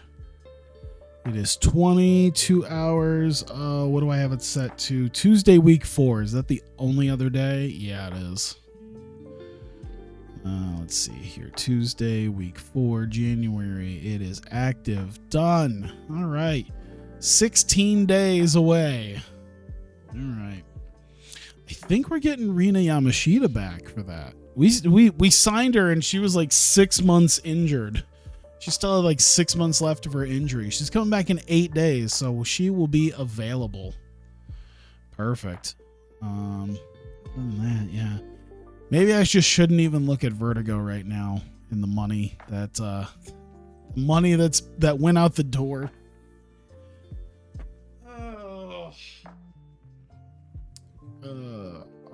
Grab my root beer. It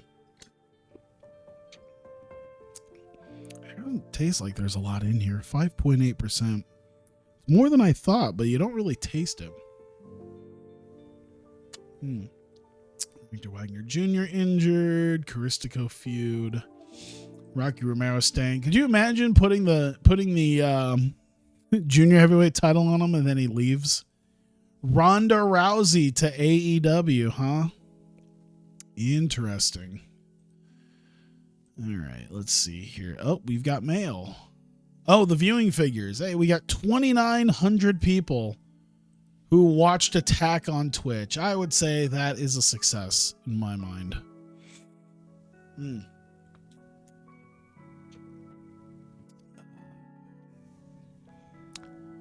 right.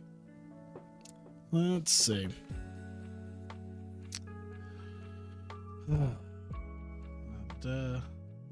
Top rated snowblower. Oh boy. 159, that's not bad. Is this telling me that I'm getting old now? That I'm looking at snowblowers and I'm like, hey, snowblower on sale? I live in the Midwest. I can use that. Definitely gonna use it soon. Probably should have something. Nothing going here. Nothing going here. Just move on.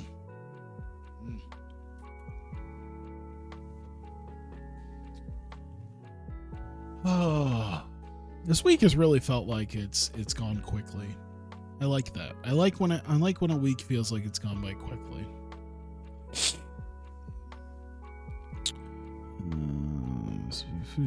Ron Killings retiring. He got released already, didn't he? Yeah. Ron Killings, if he wanted to, I think would make a pretty good.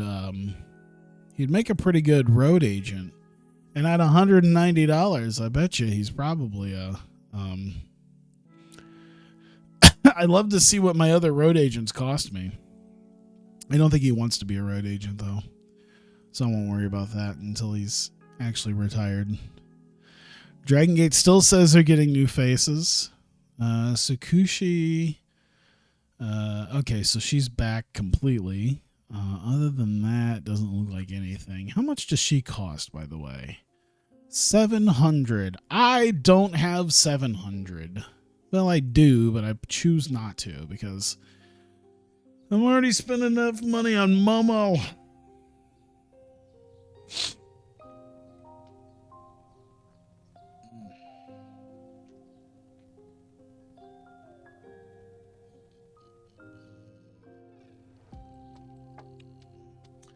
High resolution image, remote controlled 4K dual camera GPS drone. That drone's $55. Is there something wrong with it? Because I feel like there's a reason why. How can you get the drone and the remote for like, now it's 68, but still something feels wrong about that. I don't know. Maybe that's just a nice opening, a nice first drone. Seth Rollins' political ambitions. Excuse me? Seth Rollins is leaving wrestling to become a politician. It's got to be a local thing, right? Like, is he running for like mayor of Davenport? Is that his thing? See, he's got to be running for office in Iowa, I imagine. Because I think he lives there now. So maybe that's what it is. Could you imagine Seth Rollins trying to seek political office? Oh my God. Bram sidelined. The question mark lost the NWA Television Championship. Oh yeah, that's right. He's dead. Aaron Stevens is the television champion. Retirement. Okay, what is this? Seedling keeps having to lower their shit because I guess they're losing money, probably. Is that why? Let me see. How much money are you making? Well, they got money. Are they bleeding it too quickly? Who knows? Nothing there. I forgot we're at kind of the 2-hour mark, but I forgot I still need to plow through the next couple of weeks. I don't want to spend too much time and effort on this. There we go. How's Dylan? Oh, he's still in WWE. Noam Dar's going to... Isn't he gone? Noam Dar's got to be gone now, right? I can't imagine they kept him unless he's in NXT UK where they just didn't really get rid of everybody. I don't remember hearing about him. Leaving. I think he did recently. I'm pretty sure I saw his name. I don't know. WWE got rid of a shitload of people, so who knows? Let's see here. New champion in WWE. Oh, Charlotte Flair lost the SmackDown Women's Championship to Sasha Banks. Okay. New champions. Miz and Morrison lost the SmackDown Tag Team titles to the New Day. ROH is doing a Flip Gordon Brody King feud. Dragon Gate swears they're getting new people in. Seedlings lowering their broadcast quality. Momo wants more money. No, 112. I can do 75. That's a nice medium between keeping you happy and keeping me relatively happy. I say relatively because you already cost a lot of money. All right, we're back in the positive financially. We still have a lot of money we have not gotten. Are we over 10,000? Okay, so we're still looking for almost $6,000 more. We only lose a couple grand. That's pretty okay. It's not the greatest, but at least that'll like let us go for a little while. I don't even know how I'm gonna do my actual shows. I might have to do like what AEW does when they did like Bash at the Beach, where I think it was like a 2-night TV event. I might have to do that until I have enough money to actually run them separately.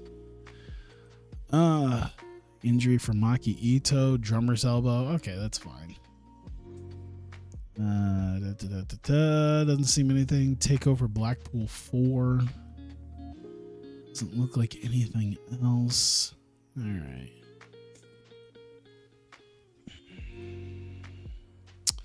2,900 people saw the next episode. So there you go. Episode 2, 2,900 people saw that. AR Fox wants money. Oh my God. I mean, that's $90. All right. It'll make him happy. I thought he cost more money. I think it's Ricky Starks that cost a stupid amount of money. AR Fox doesn't cost as much as I thought. Thought he also cost like $400. He still costs quite a bit of money, but you know. I may have to split up my my pay-per-view into the TV shows. The Shimmer loan out Chris Statlander. Is she not signed with AEW? Oh no, she is. Just on a handshake. She's not signed exclusively. Impact had their thing. Rina Yamashita is officially back, so that's cool. Alright, nothing there. Oh, Riki Choshu had a produce.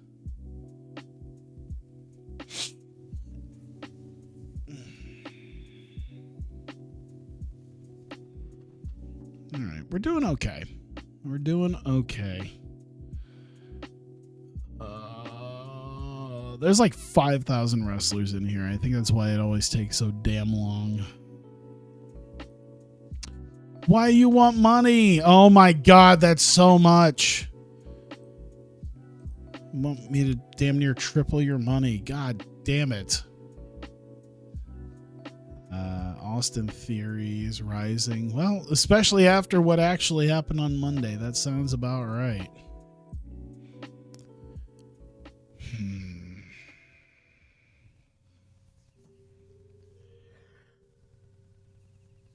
Ugh.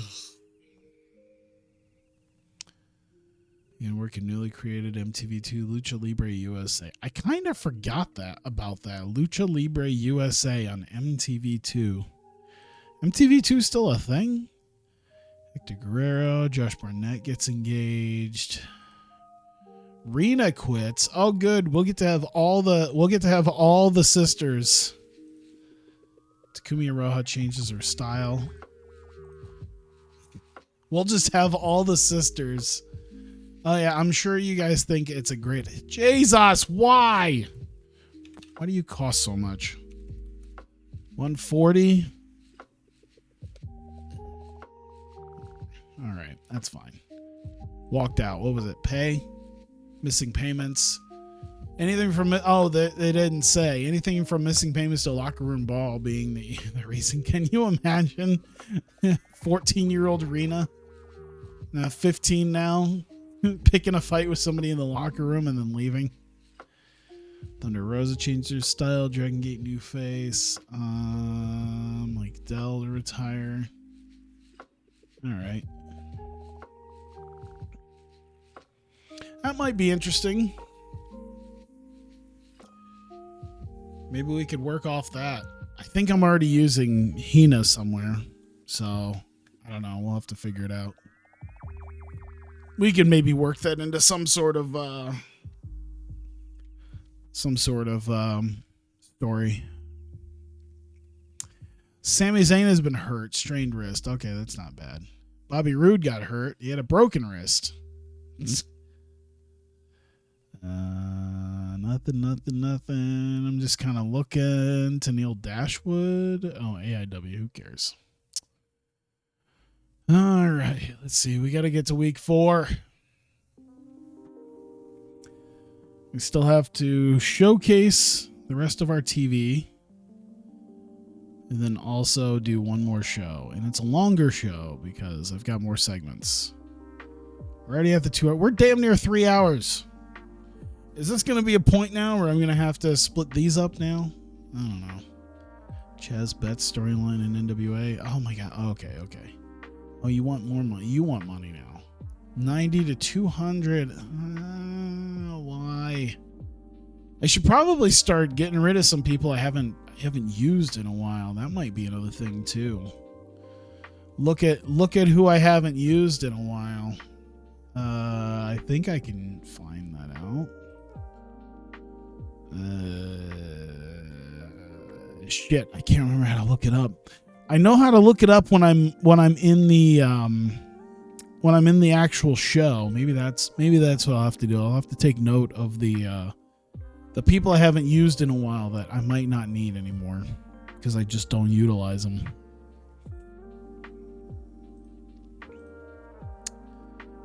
Other than that, that's good.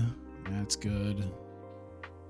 All right. I might be a little bit more willing to look at my financial situation in Vertigo now. Might have to think about it.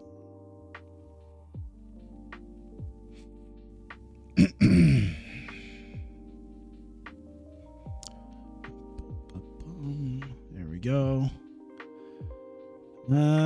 Juiced up Apollo. Oh. As in the TNA guy? I mean, that sort of makes sense. He's 46, yeah. Of course.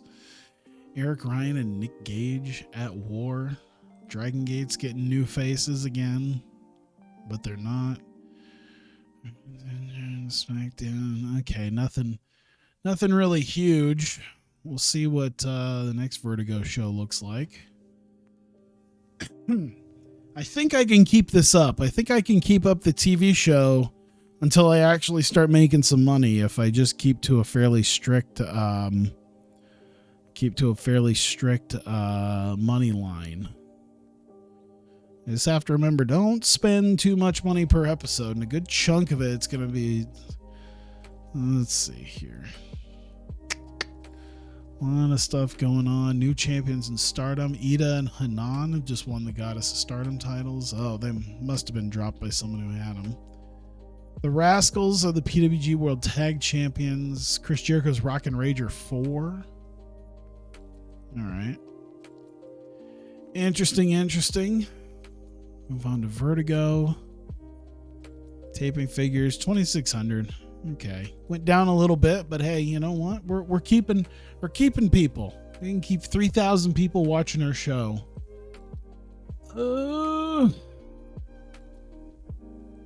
Still, 2,500 over the course of a week. We're gonna get real close to that 2,000 mark. That's where I'm imagining we're gonna hit. We're gonna hit about $2,000 loss this month. And like I said, next month, I'm going to really batten down the hatches on how much money I spend per show, because I can't be having shows and spending $2,800 on talent. We'll just have to suck it up and utilize cheaper talent. All right. Thank you. Sami Zayn's back. Rosemary's hurt. Blown ear drum.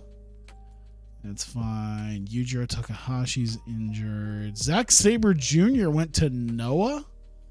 Oh, it's a handshake deal. I was like, did he leave New Japan for Noah? That'd be a pretty big thing. All right. One more day. Oh.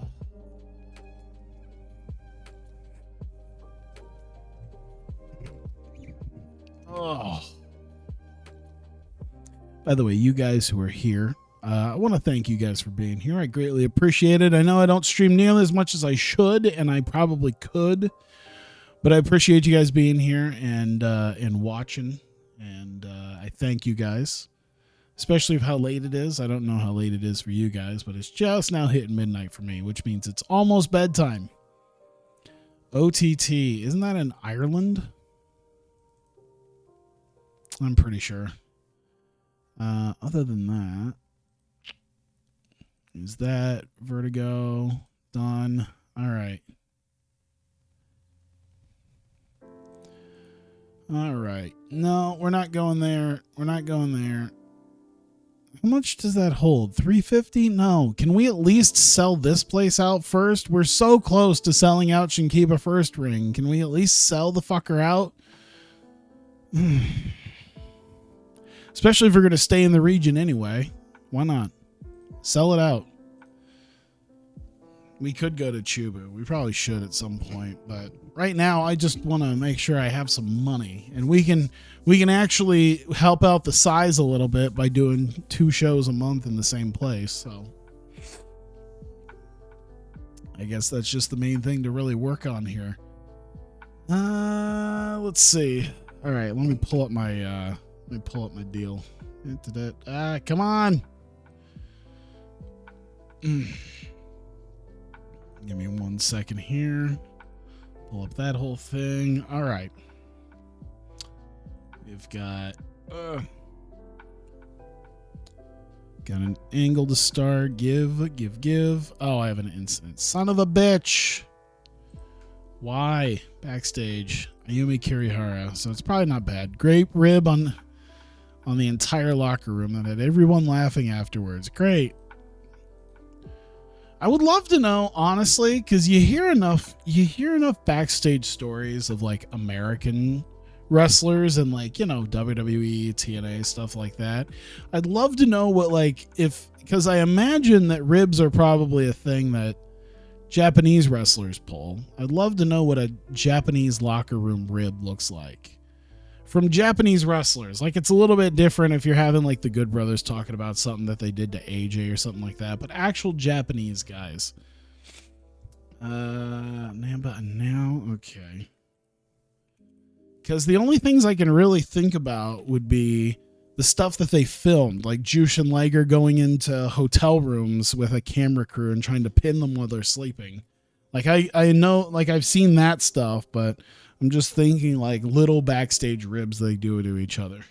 Is there an instance of a Japanese wrestler shitting in the bag of somebody else's? Is shitting in someone else's gym bag? Entertainment. Do that. Boom. AC angle. There you go. And Notica. We'll use her.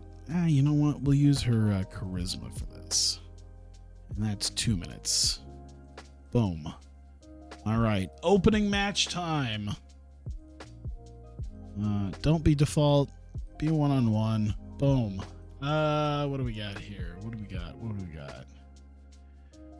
Should I just do hardcore? I get exactly what I was gonna do. No, I was gonna do a street fight. Should I just do weapons? The weapons are dotted around the ring and ringside area. Encourage. Okay, so that's kind of what I want to do here. Injury risk is high. Content risk is low. What does a hardcore match look like? Is the injury risk still high? No, it's average and content risk is very low. Okay. That might be closer to what I do for right now. So, there we go. So, Noda Katenma's got her fighting boots on against Hikari Noah. I don't feel like trying to hurt them, so we'll do it like that.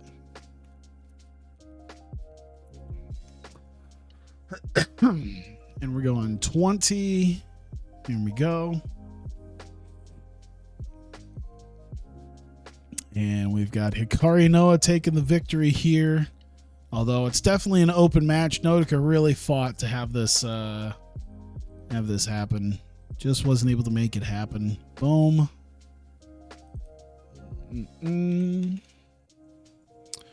All right. Add an angle. Put that there. We got 3 minutes on that. So Hikari's going to try to do something to Notica. And her sister comes back. So let's see here. What can we rate this on? Her charisma. She's not really beating her down. She's getting ready to continue it. She's selling it, and I guess she's using her charisma that she's coming in. I would say neutral for maybe them, it's kind of she's getting saved and Yuki's coming back. So I'd say bigger success. Give her a little bit more of an oomph for doing that. All right. Add angle. Drop that in. That is 2 minutes, and it is a Momo promo. So she is microphone, minor success, and out the door you go. All right. Tag match after the attack a couple weeks ago. Son of a bitch. Reset. There you go. Do it like that. 2v2. Boom. We have got, let's just exclude booked, Marikoto and Strong Kickers. There's that. 17 minutes total. Put that there. And we're going to give Makoto Shindo the victory. And I think Kamiyu's going to take the loss here. And we're going to have it be an open match. And it is going to be decisive. But it's going to be a quick, clean. It is right. Flash pinfall, quick out of the blue pin. Yeah.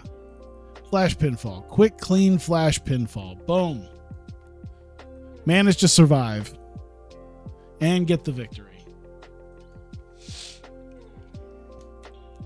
There we go. Who's the person for that? Mio? All right. Boom. Put that out there. Maria. Makoto. Yuki. And Mirai.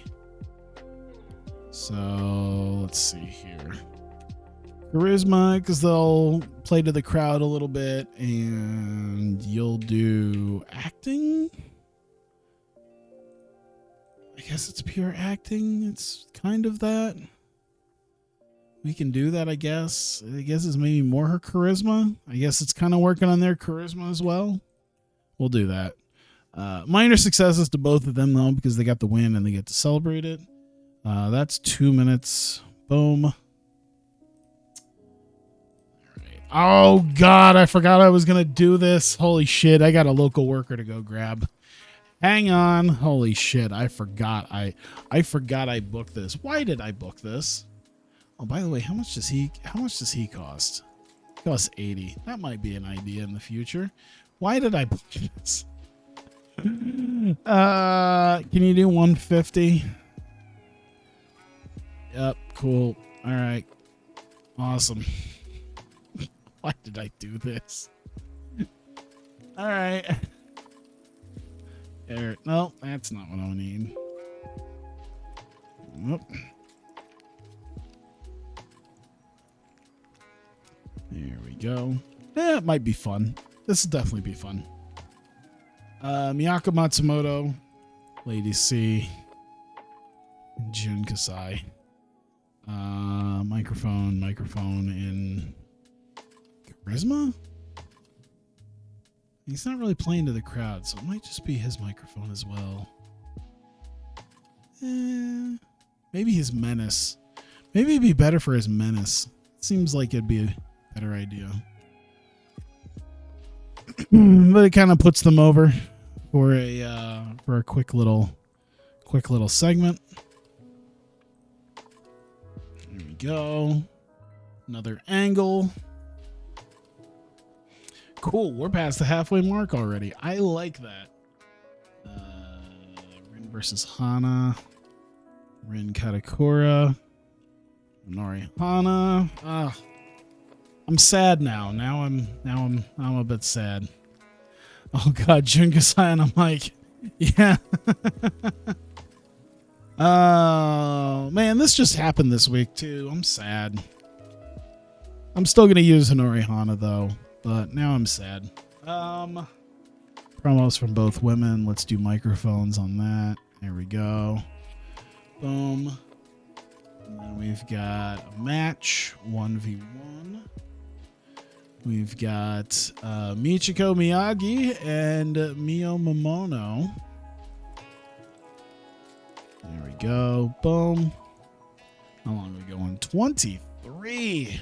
Wow, we're really dragging this up. Well, it was a big match, I guess. Mio Momono. Open match. Decisive victory. Yeah. Because they are... Yeah, because her friends are a bit preoccupied after attacking Risa Sera. So, yeah. She's just going to be out there by herself. Because of that, she's going to lose. I do have that right? Yes. Okay, cool. And there we go. Add an angle. Boom. Miyagi, Momono. Okay, so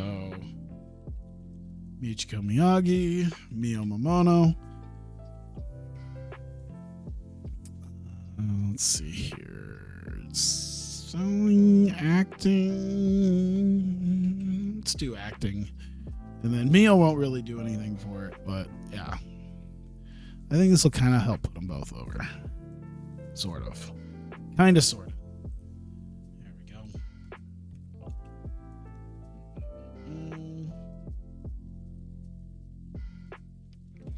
There's that. And we got 2 minutes. Quick little deal with Abaddon and Haruna Neko before their match.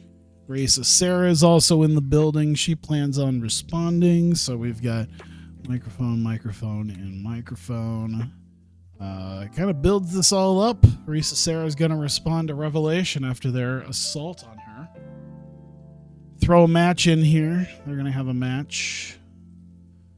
2v2. We have got Revelation, and they're going to be facing off against Saya, and she'll team up with Himika Arita again for a match. Boom. They're going 15 total, so 13-minute match. And let's give it to Himika. We'll let Abaddon take the loss for this. I don't know how much longer I'm going to use Abaddon. I'm not sure. I think the travel, like, she doesn't cost much, but the travel's a killer too, especially considering it doesn't mean all that much, you know. I might just try to use somebody, I don't know, in Japan that I don't have to pay money to fly her out. In fact, it probably shouldn't be open. You know what? Their Revelation is a tier down, I think, from Himika and Saya. They've been through a war, so yep. There we go. Done. That's 13 segments. All right, so we got 4 more segments. All right. We got our post-match. Post-match, 3 minutes. Abaddon and Haruna still reeling from their matchup. Risa Sera's out. She's bandaged up. And Rina Yamashita. So they're still selling their match. And they got their entertainment. This is neutral, but I'd say decent success there. Boom. All right. Got that set up. Any plans to use Hornswoggle in Vertigo? Probably not. I do plan on using some of the, because there's so many valuable people that WWE has gotten rid of in this game that would be so great to use. And I'm not sure there's, you know, between Gable just working for NWA right now and Ciampa, I feel like I have to use Ciampa at some point. He's also very expensive though too. May Saruga, let me see here. Prep for title defense. Ready for, okay, so yeah, this is just a quick little vignette, promo, whatever. Bring it up for that. Main event time. Add a match. 1v1. May Saruga defending the title against Momo Watanabe. Boom.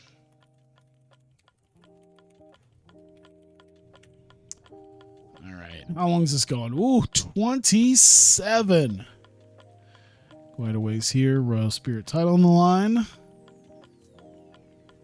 And Momo walking away with the victory. Open match. We'll make it a very much an open match, but nonetheless, a decisive victory.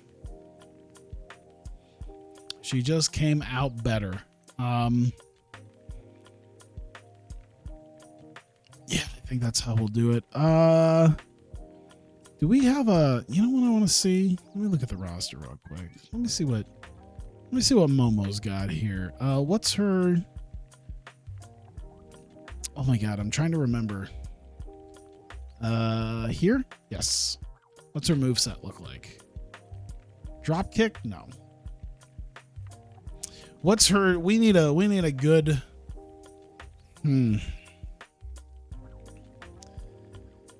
Hashtag ethnic submission. Oh boy. Let's see. I'm sure something'll hit me just the right way. Can you do a heart attack? A one-person heart attack? I guess you probably could, but juice is loose. Let's see here. Justice driver. Justice has been served. K2. Kaiju killer. What is a kaiju killer? Now that makes me think of where is it? It makes me think of the Vertibreaker. Sort of like the. Is that in here? Should I use that? I don't think there's another Joshi who really uses that right now. Tell me the Vertibreaker is in here. Even if I look Vertibreaker. You know what? I think that would be, considering how many Joshis dump themselves on their necks. Yeah, Gringo Killer, Cop Killer. I knew it was going to be somewhere in there. I was going to say, if it wasn't Vertibreaker, I was going to go to Gringo Killer and Cop Killer because those are the other names for it. But all right, you know what? I don't know who's using a Vertibreaker right now. I don't think anyone in Joshi's really using it. Why not? And with like I said, with how many Joshis dump themselves on their necks, it's a wonder. Let me make sure that's saved. There you go. She's gonna bust that out to win the belt tonight. This is championship Momo right here. All right, 16 segments. All right, segment 17 is the last one. 130. All right, cool. Perfect. 6 minutes. Momo, and it was going to be her entertainment and major success because she is the champion. It's going to be a big deal. Boom, boom, boom. Let me look at this real quick. Cameo appearance, title change, crazy mom. Okay. Yeah, I just wanted to look at that. I think we're good then. Boom. 17 freaking segments. 136 minutes. We're good. Right at 75%. And that is all she wrote. Perfect. Save it again real quick just to be safe. What does the booking analysis look like? $3,400, by the way. Let me look at this. 3,400. 27. I think we're going to hit what? 30s. Okay. 57, 60. So we're going to hit. Okay. So we're going to hit like what? 62, 60, 6,100, 6,200. So still less than that. I think we might actually make money then. I think we're going to make money because I think ticket sales are going to be up just a smidge.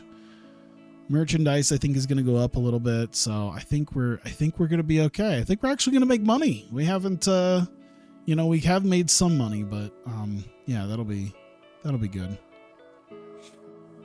All right, let's do it. All right, Idolfight Project's live stage 20 big show. We've got some big matches coming up here. Of course, Sayuri Namba coming out this time with Nao Kakuta. Also in the ring with her to run down tonight's card. They trade some jokes and just some light banter. and run down the matches that are going to be happening later on, including the Royal Spirit Championship match with Mei Suruga defending the title against Momo Watanabe. And we get to our opening contest. Nodoka Tenma coming out. She's dressed in street clothes. She's dressed for a fight. And she is ready to take on Hikari Noa tonight in a street fight. And that is what we get here.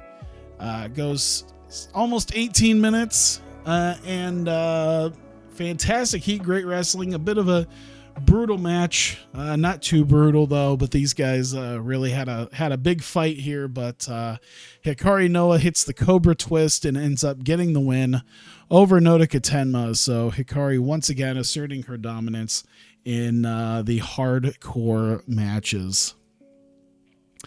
And Nodoka is still out, still reeling from the finish. And Hikari takes a couple of chairs, drags them in, puts one underneath Nodoka's head as she looks to concerto Nodoka. And before she could do that, Yuki Aino, her sister, comes running down and ends up running her off, coming in for the save. And that Hikari decides to leave and fight another day and not get herself involved here, as Yuki tends to her fallen sister. But the bright side is that at least Yuki is now back.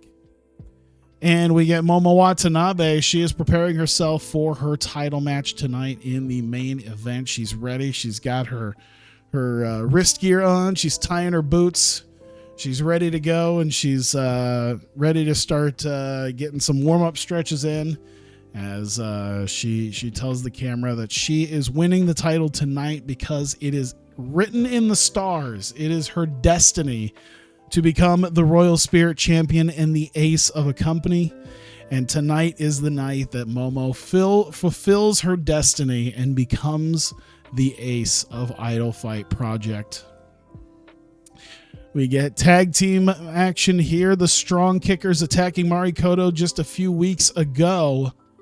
And they get the matchup here between the two.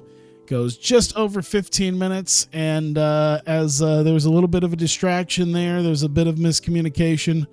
Makoto ends up getting the better of Kamiyu with a roll-up, and Marikoto able to get the victory over the Strong Kickers. Not the best return to form for Yuki Kamifuku and Mirai Mayumi. And, of course, they are besides themselves, and they get up in the face of the ref, arguing the 3 count as Kamiyu believes she kicked out in time. The ref still telling them they get a 3. Mirai ends up shoving the referee, who was Mio Shirai, into the corner, and they end up getting them away as Marikoto celebrate to the back. We get a backstage segment here as they are on.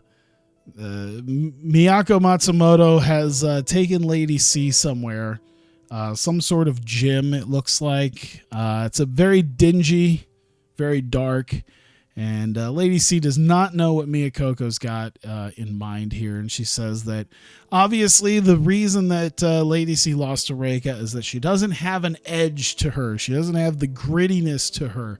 She looks so divine, and she looks too prim and proper, and she needs to have an edge to her, and that she is deciding to give her that sort of training, to give her that grittiness from a personal friend of hers in the crazy monkey Jun Kasai.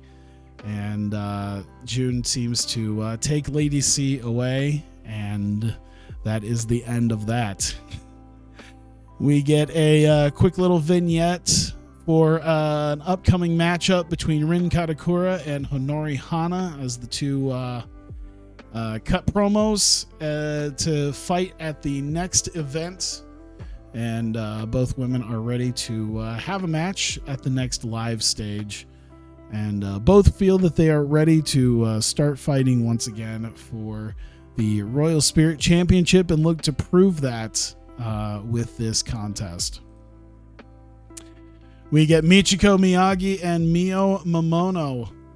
And Miyagi had gotten the better of Momono for the tag match just a couple weeks ago. So they have this one-on-one match here. And it goes just over 21 minutes. Mio Momono hitting the code red on Michiko Miyagi. Miyagi looked like she was about to have this one, but Mio ends up hitting that code red and pinning her and getting the victory. And as she celebrates around the ring, Miyagi seems very upset, like she's about ready to cry, and stops her before she can get out of the ring. And she grabs a microphone while she's still sitting up against the ropes. And she's still a little bit teary-eyed and said that this is not over between her and Mio, and that she needs these victories. And she is looking to continue this with Mio Momono and prove herself to be better than her. We get to a match here. But first, before the Revelation match, we have a vignette backstage with Abaddon and Haruna Neko, as they have a creepy promo talking about how much fulfillment and how much pleasure they took in attacking Risa Sera just 2.5 weeks ago in an alleyway. And Abaddon talks about, well, maybe it's more Haruna Neko. I forgot about this, really, now that I think about it, now that I'm seeing it. Yeah, Abaddon is held back by the language barrier. I kind of forgot about that. So it's Haruna who is probably speaking about tasting Risa Sera's blood after attacking her, and how good that felt. And Risa Sera is seemingly in the building, and she plans to respond tonight to Revelation after the attack. She still seems a little bit bandaged up and bruised after her attack, but she will respond to Revelation. Speaking of which, we get Revelation facing off against Saya Kamitani and Himeka Arita once again in action here. Himeka carrying a bunch of shitters to this match. I'm kind of, you know what, I'm surprised. I'm really surprised by how good Haruna Neko is. Like, even Saya's didn't get as good of a number. That's kind of surprising to me. But nonetheless, 13.5 minutes, Himeka Arita ends up hitting an Argentine backbreaker, locking her in with an Argentine backbreaker and forcing Abaddon to submit. And Saya and Himeka get the victory. And Revelation, while nursing their wounds and still reeling from their match, Risa Sera comes out. She's got light tubes in her hands. And she comes out and she says that she is ready to challenge Revelation at the next show for the attack that they had laid out on her. She said she'll be back at 100% in time for the next show. And she wants herself a tag team match. And she's revealing her tag team partner tonight. And that is none other than Rina Yamashita, who also comes out with light tubes of her own. And that is about it there. They don't go into the ring, but they just kind of stand on the stage. And Abaddon and Neko do not look happy to see Risa Sera and Rina Yamashita out here, as it looks like they will be fighting them at the next event. Mei Suruga is making the final preparations for her title defense in the main event tonight. And she's unsure exactly what Momo's going to throw at her, but she's been preparing herself as best she can for tonight. And she is ready for Momo Watanabe. And plans on walking away still the Royal Spirit Champion. And in the main event, an exceptional match went nearly 25 minutes. Mei Suruga defending the Royal Spirit Championship. Momo Watanabe, a fantastic match between the two of them.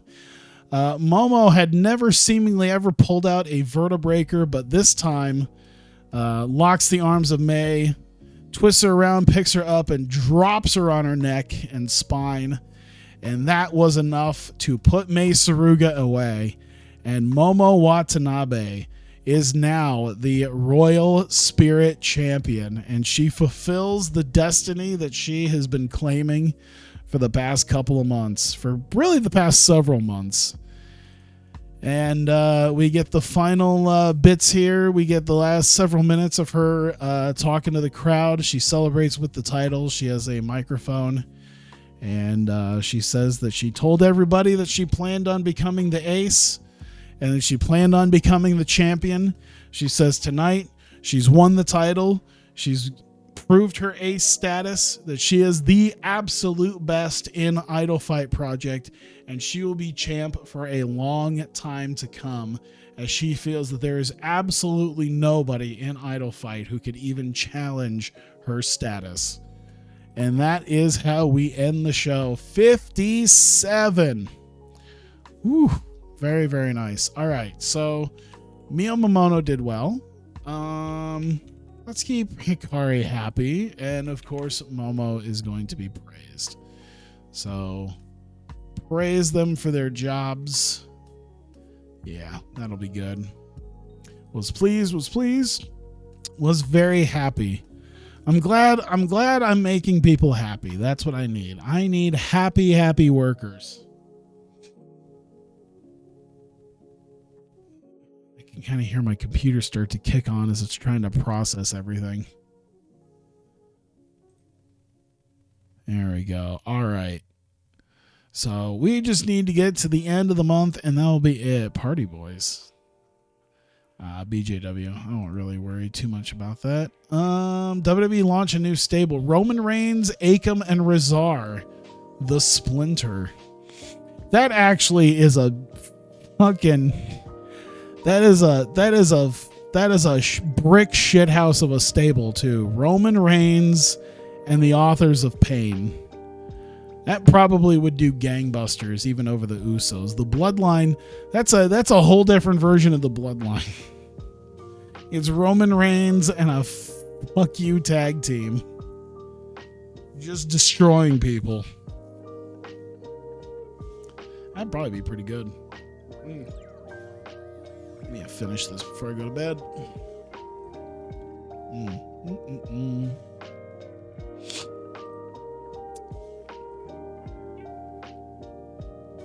I was trying to hear what that was. Like, I was wondering why I was hearing a ding, ding, ding, ding. Because I don't have my headphones on, I just sort of let the music in the background do its thing. So I think that's a big reason why. So I was like, why am I hearing... Yeah. Miyu Yamashita, why she missed social higher ups of worried she quit the promotion. Well, she's still there. But if Miyu Yamashita does leave the promotion, you'll bet your ass I'll sign her. Bet your ass I'll sign her.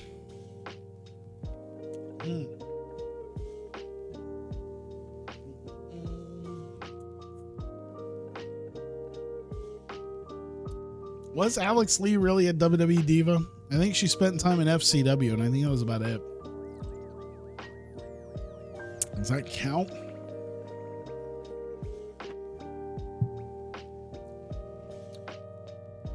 Let me see here.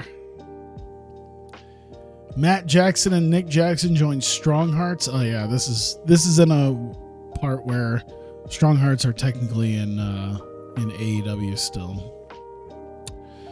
Calamari Drunken Kings won the KOD tag titles. Okay. Well, good for them. Just a couple more days. I think we're gonna get real close to that 3-hour mark. I don't think we're gonna quite hit it, but we're gonna get close. All right, I got some rules to follow on TV tapings now. I really got some rules to follow. Let's see. Kaylee Ray's pregnant. Sorry, Ano. Move her back strain. Out of action a few days. That's fine. Okay, there. Ace Ribbon. Okay, so they're increasing their stuff. So looks like they're probably doing pretty good. Where in real life, it's kind of the opposite, where it seems like Ice Ribbon is going to be dying soon. They're doing real well here, but God, in real life, they're on the verge of death. All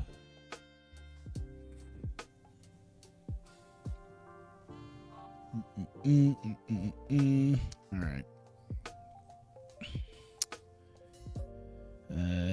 Let's see what we got here. Nick Gage Fight Club. Rosemary's back fully. Bailing on BJW. Vertigo taping. 2,600 people. That's not bad. The Confederation. Wow. The Confederation with Mance Warner, Steve Manders, Bear Boulder, and Bear Bronson. Feel like you could almost sort of make something with those guys. I don't know. If you were going to try something like that. All right. New month. Done and in the books. Lucky 13 looks like a bushwhacker.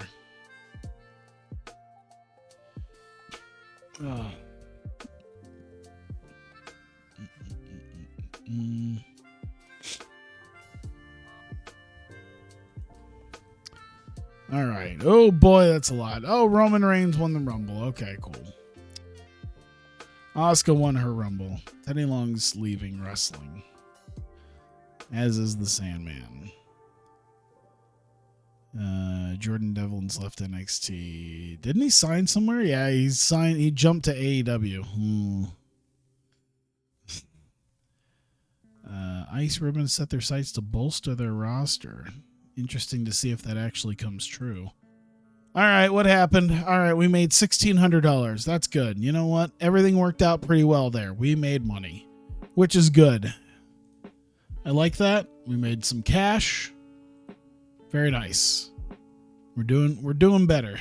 Now here comes the one I'm not thrilled about seeing. $6,300. We lost almost $2,300. All right. The main issues appeared to be the show cost doubled because we did 4 shows. The worker costs upgraded a little bit. The merchandise and ticket sales would have gotten us an extra $1,000 if we just kept par for the course and did everything the way that we were doing. We would have made an extra $1,000 on ticket sales, so that'd have been $1,200. Probably made a little bit extra merchandise, maybe an extra let's say $200. So we would have lost probably like $800. Of course, show costs probably would have went way down. So I don't know. And we probably could have made a couple grand if we weren't too stupid with it. So okay, we can at least cut. Yeah, I'm planning on cutting at least $1,700 from the workers' bills for the month. And I think what I'm gonna do is I'm gonna make my pay-per-view part of the shows. So we'll run like a 2-night pay-per-view. Seems like that's gonna be the move. So that'll cut like $1,700 if I can keep it pretty strictly. Yeah, if we keep going, we can make some decent sponsorship income. But yeah, it's gonna be a bit rough. PCO left Ring of Honor. Yeah, at this point, I'm not really looking at getting big names right now because I'm just looking at making sure we stick around. Undeniable. You know what I need to do before I even think about this is I need to dormant this because then it's going to be like, oh no. Hopefully by the time June rolls around, I might be able to do this. Who knows? But as I feared, we were going to be losing a lot of money. We didn't lose a ton of money, but if we keep at this pace, we're going to be out by April. And then we might have to dip into Idolfight, so we'll see. Yeah, like I said, I'll have to deal with 18. So we did go up a little bit pretty much everywhere. So, you know, we're getting there. Hopefully at some point we can get something with ads. Like I said, I'll have to get money. We're at 47th. I think we actually, so we're no longer complete bottom barrel anymore. Let me look at this. Let me look. Yeah, we're above. Okay, so we're above CZW, A1, IdolPro, Marvelous, Eve, GW. Oh, IdolPro's above Marvelous. To see something. Does that mean? Well, you know what? Now that I think about it, I think the people that I have are let me see here. Marvelous. There you go. Yeah, so she's loyal to him. So I think no matter what, she's gonna work them first. Let me see here. Is there a way I can see? There we go. Marvelous, and then yeah, so I think the Marvelous people that I do have are gonna work Marvelous before me, but yeah, it's at least to know. It's at least good to know we're not the worst Joshi promotion anymore. We're not the bottom one. We are getting up there, so that's nice. And Vertigo's actually on the next page, so that's pretty good. We're moving our way up. Sad to see ICW where it's at. They were selling out 5,000 seat buildings. But hey, we'll be on our way to TJPW. That'll be the big one once we get past them, because yeah, that's the next big hurdle is TJPW. And then once we get Idolfight above them, which I don't know, their size is pretty big right now, but if we get above them, that'll give us priority over them for some of the TJPW people. So that would be really nice. All right. Well, we're at almost 3 hours. We did pretty good. It was definitely a learning experience, something I'll have to take into account. So there you go. Thank you guys for coming out. I greatly appreciate it. It's been fun. For those of you who have been watching on YouTube, I greatly appreciate you guys watching on YouTube. And I hope you continue to watch, and I will see you guys next time.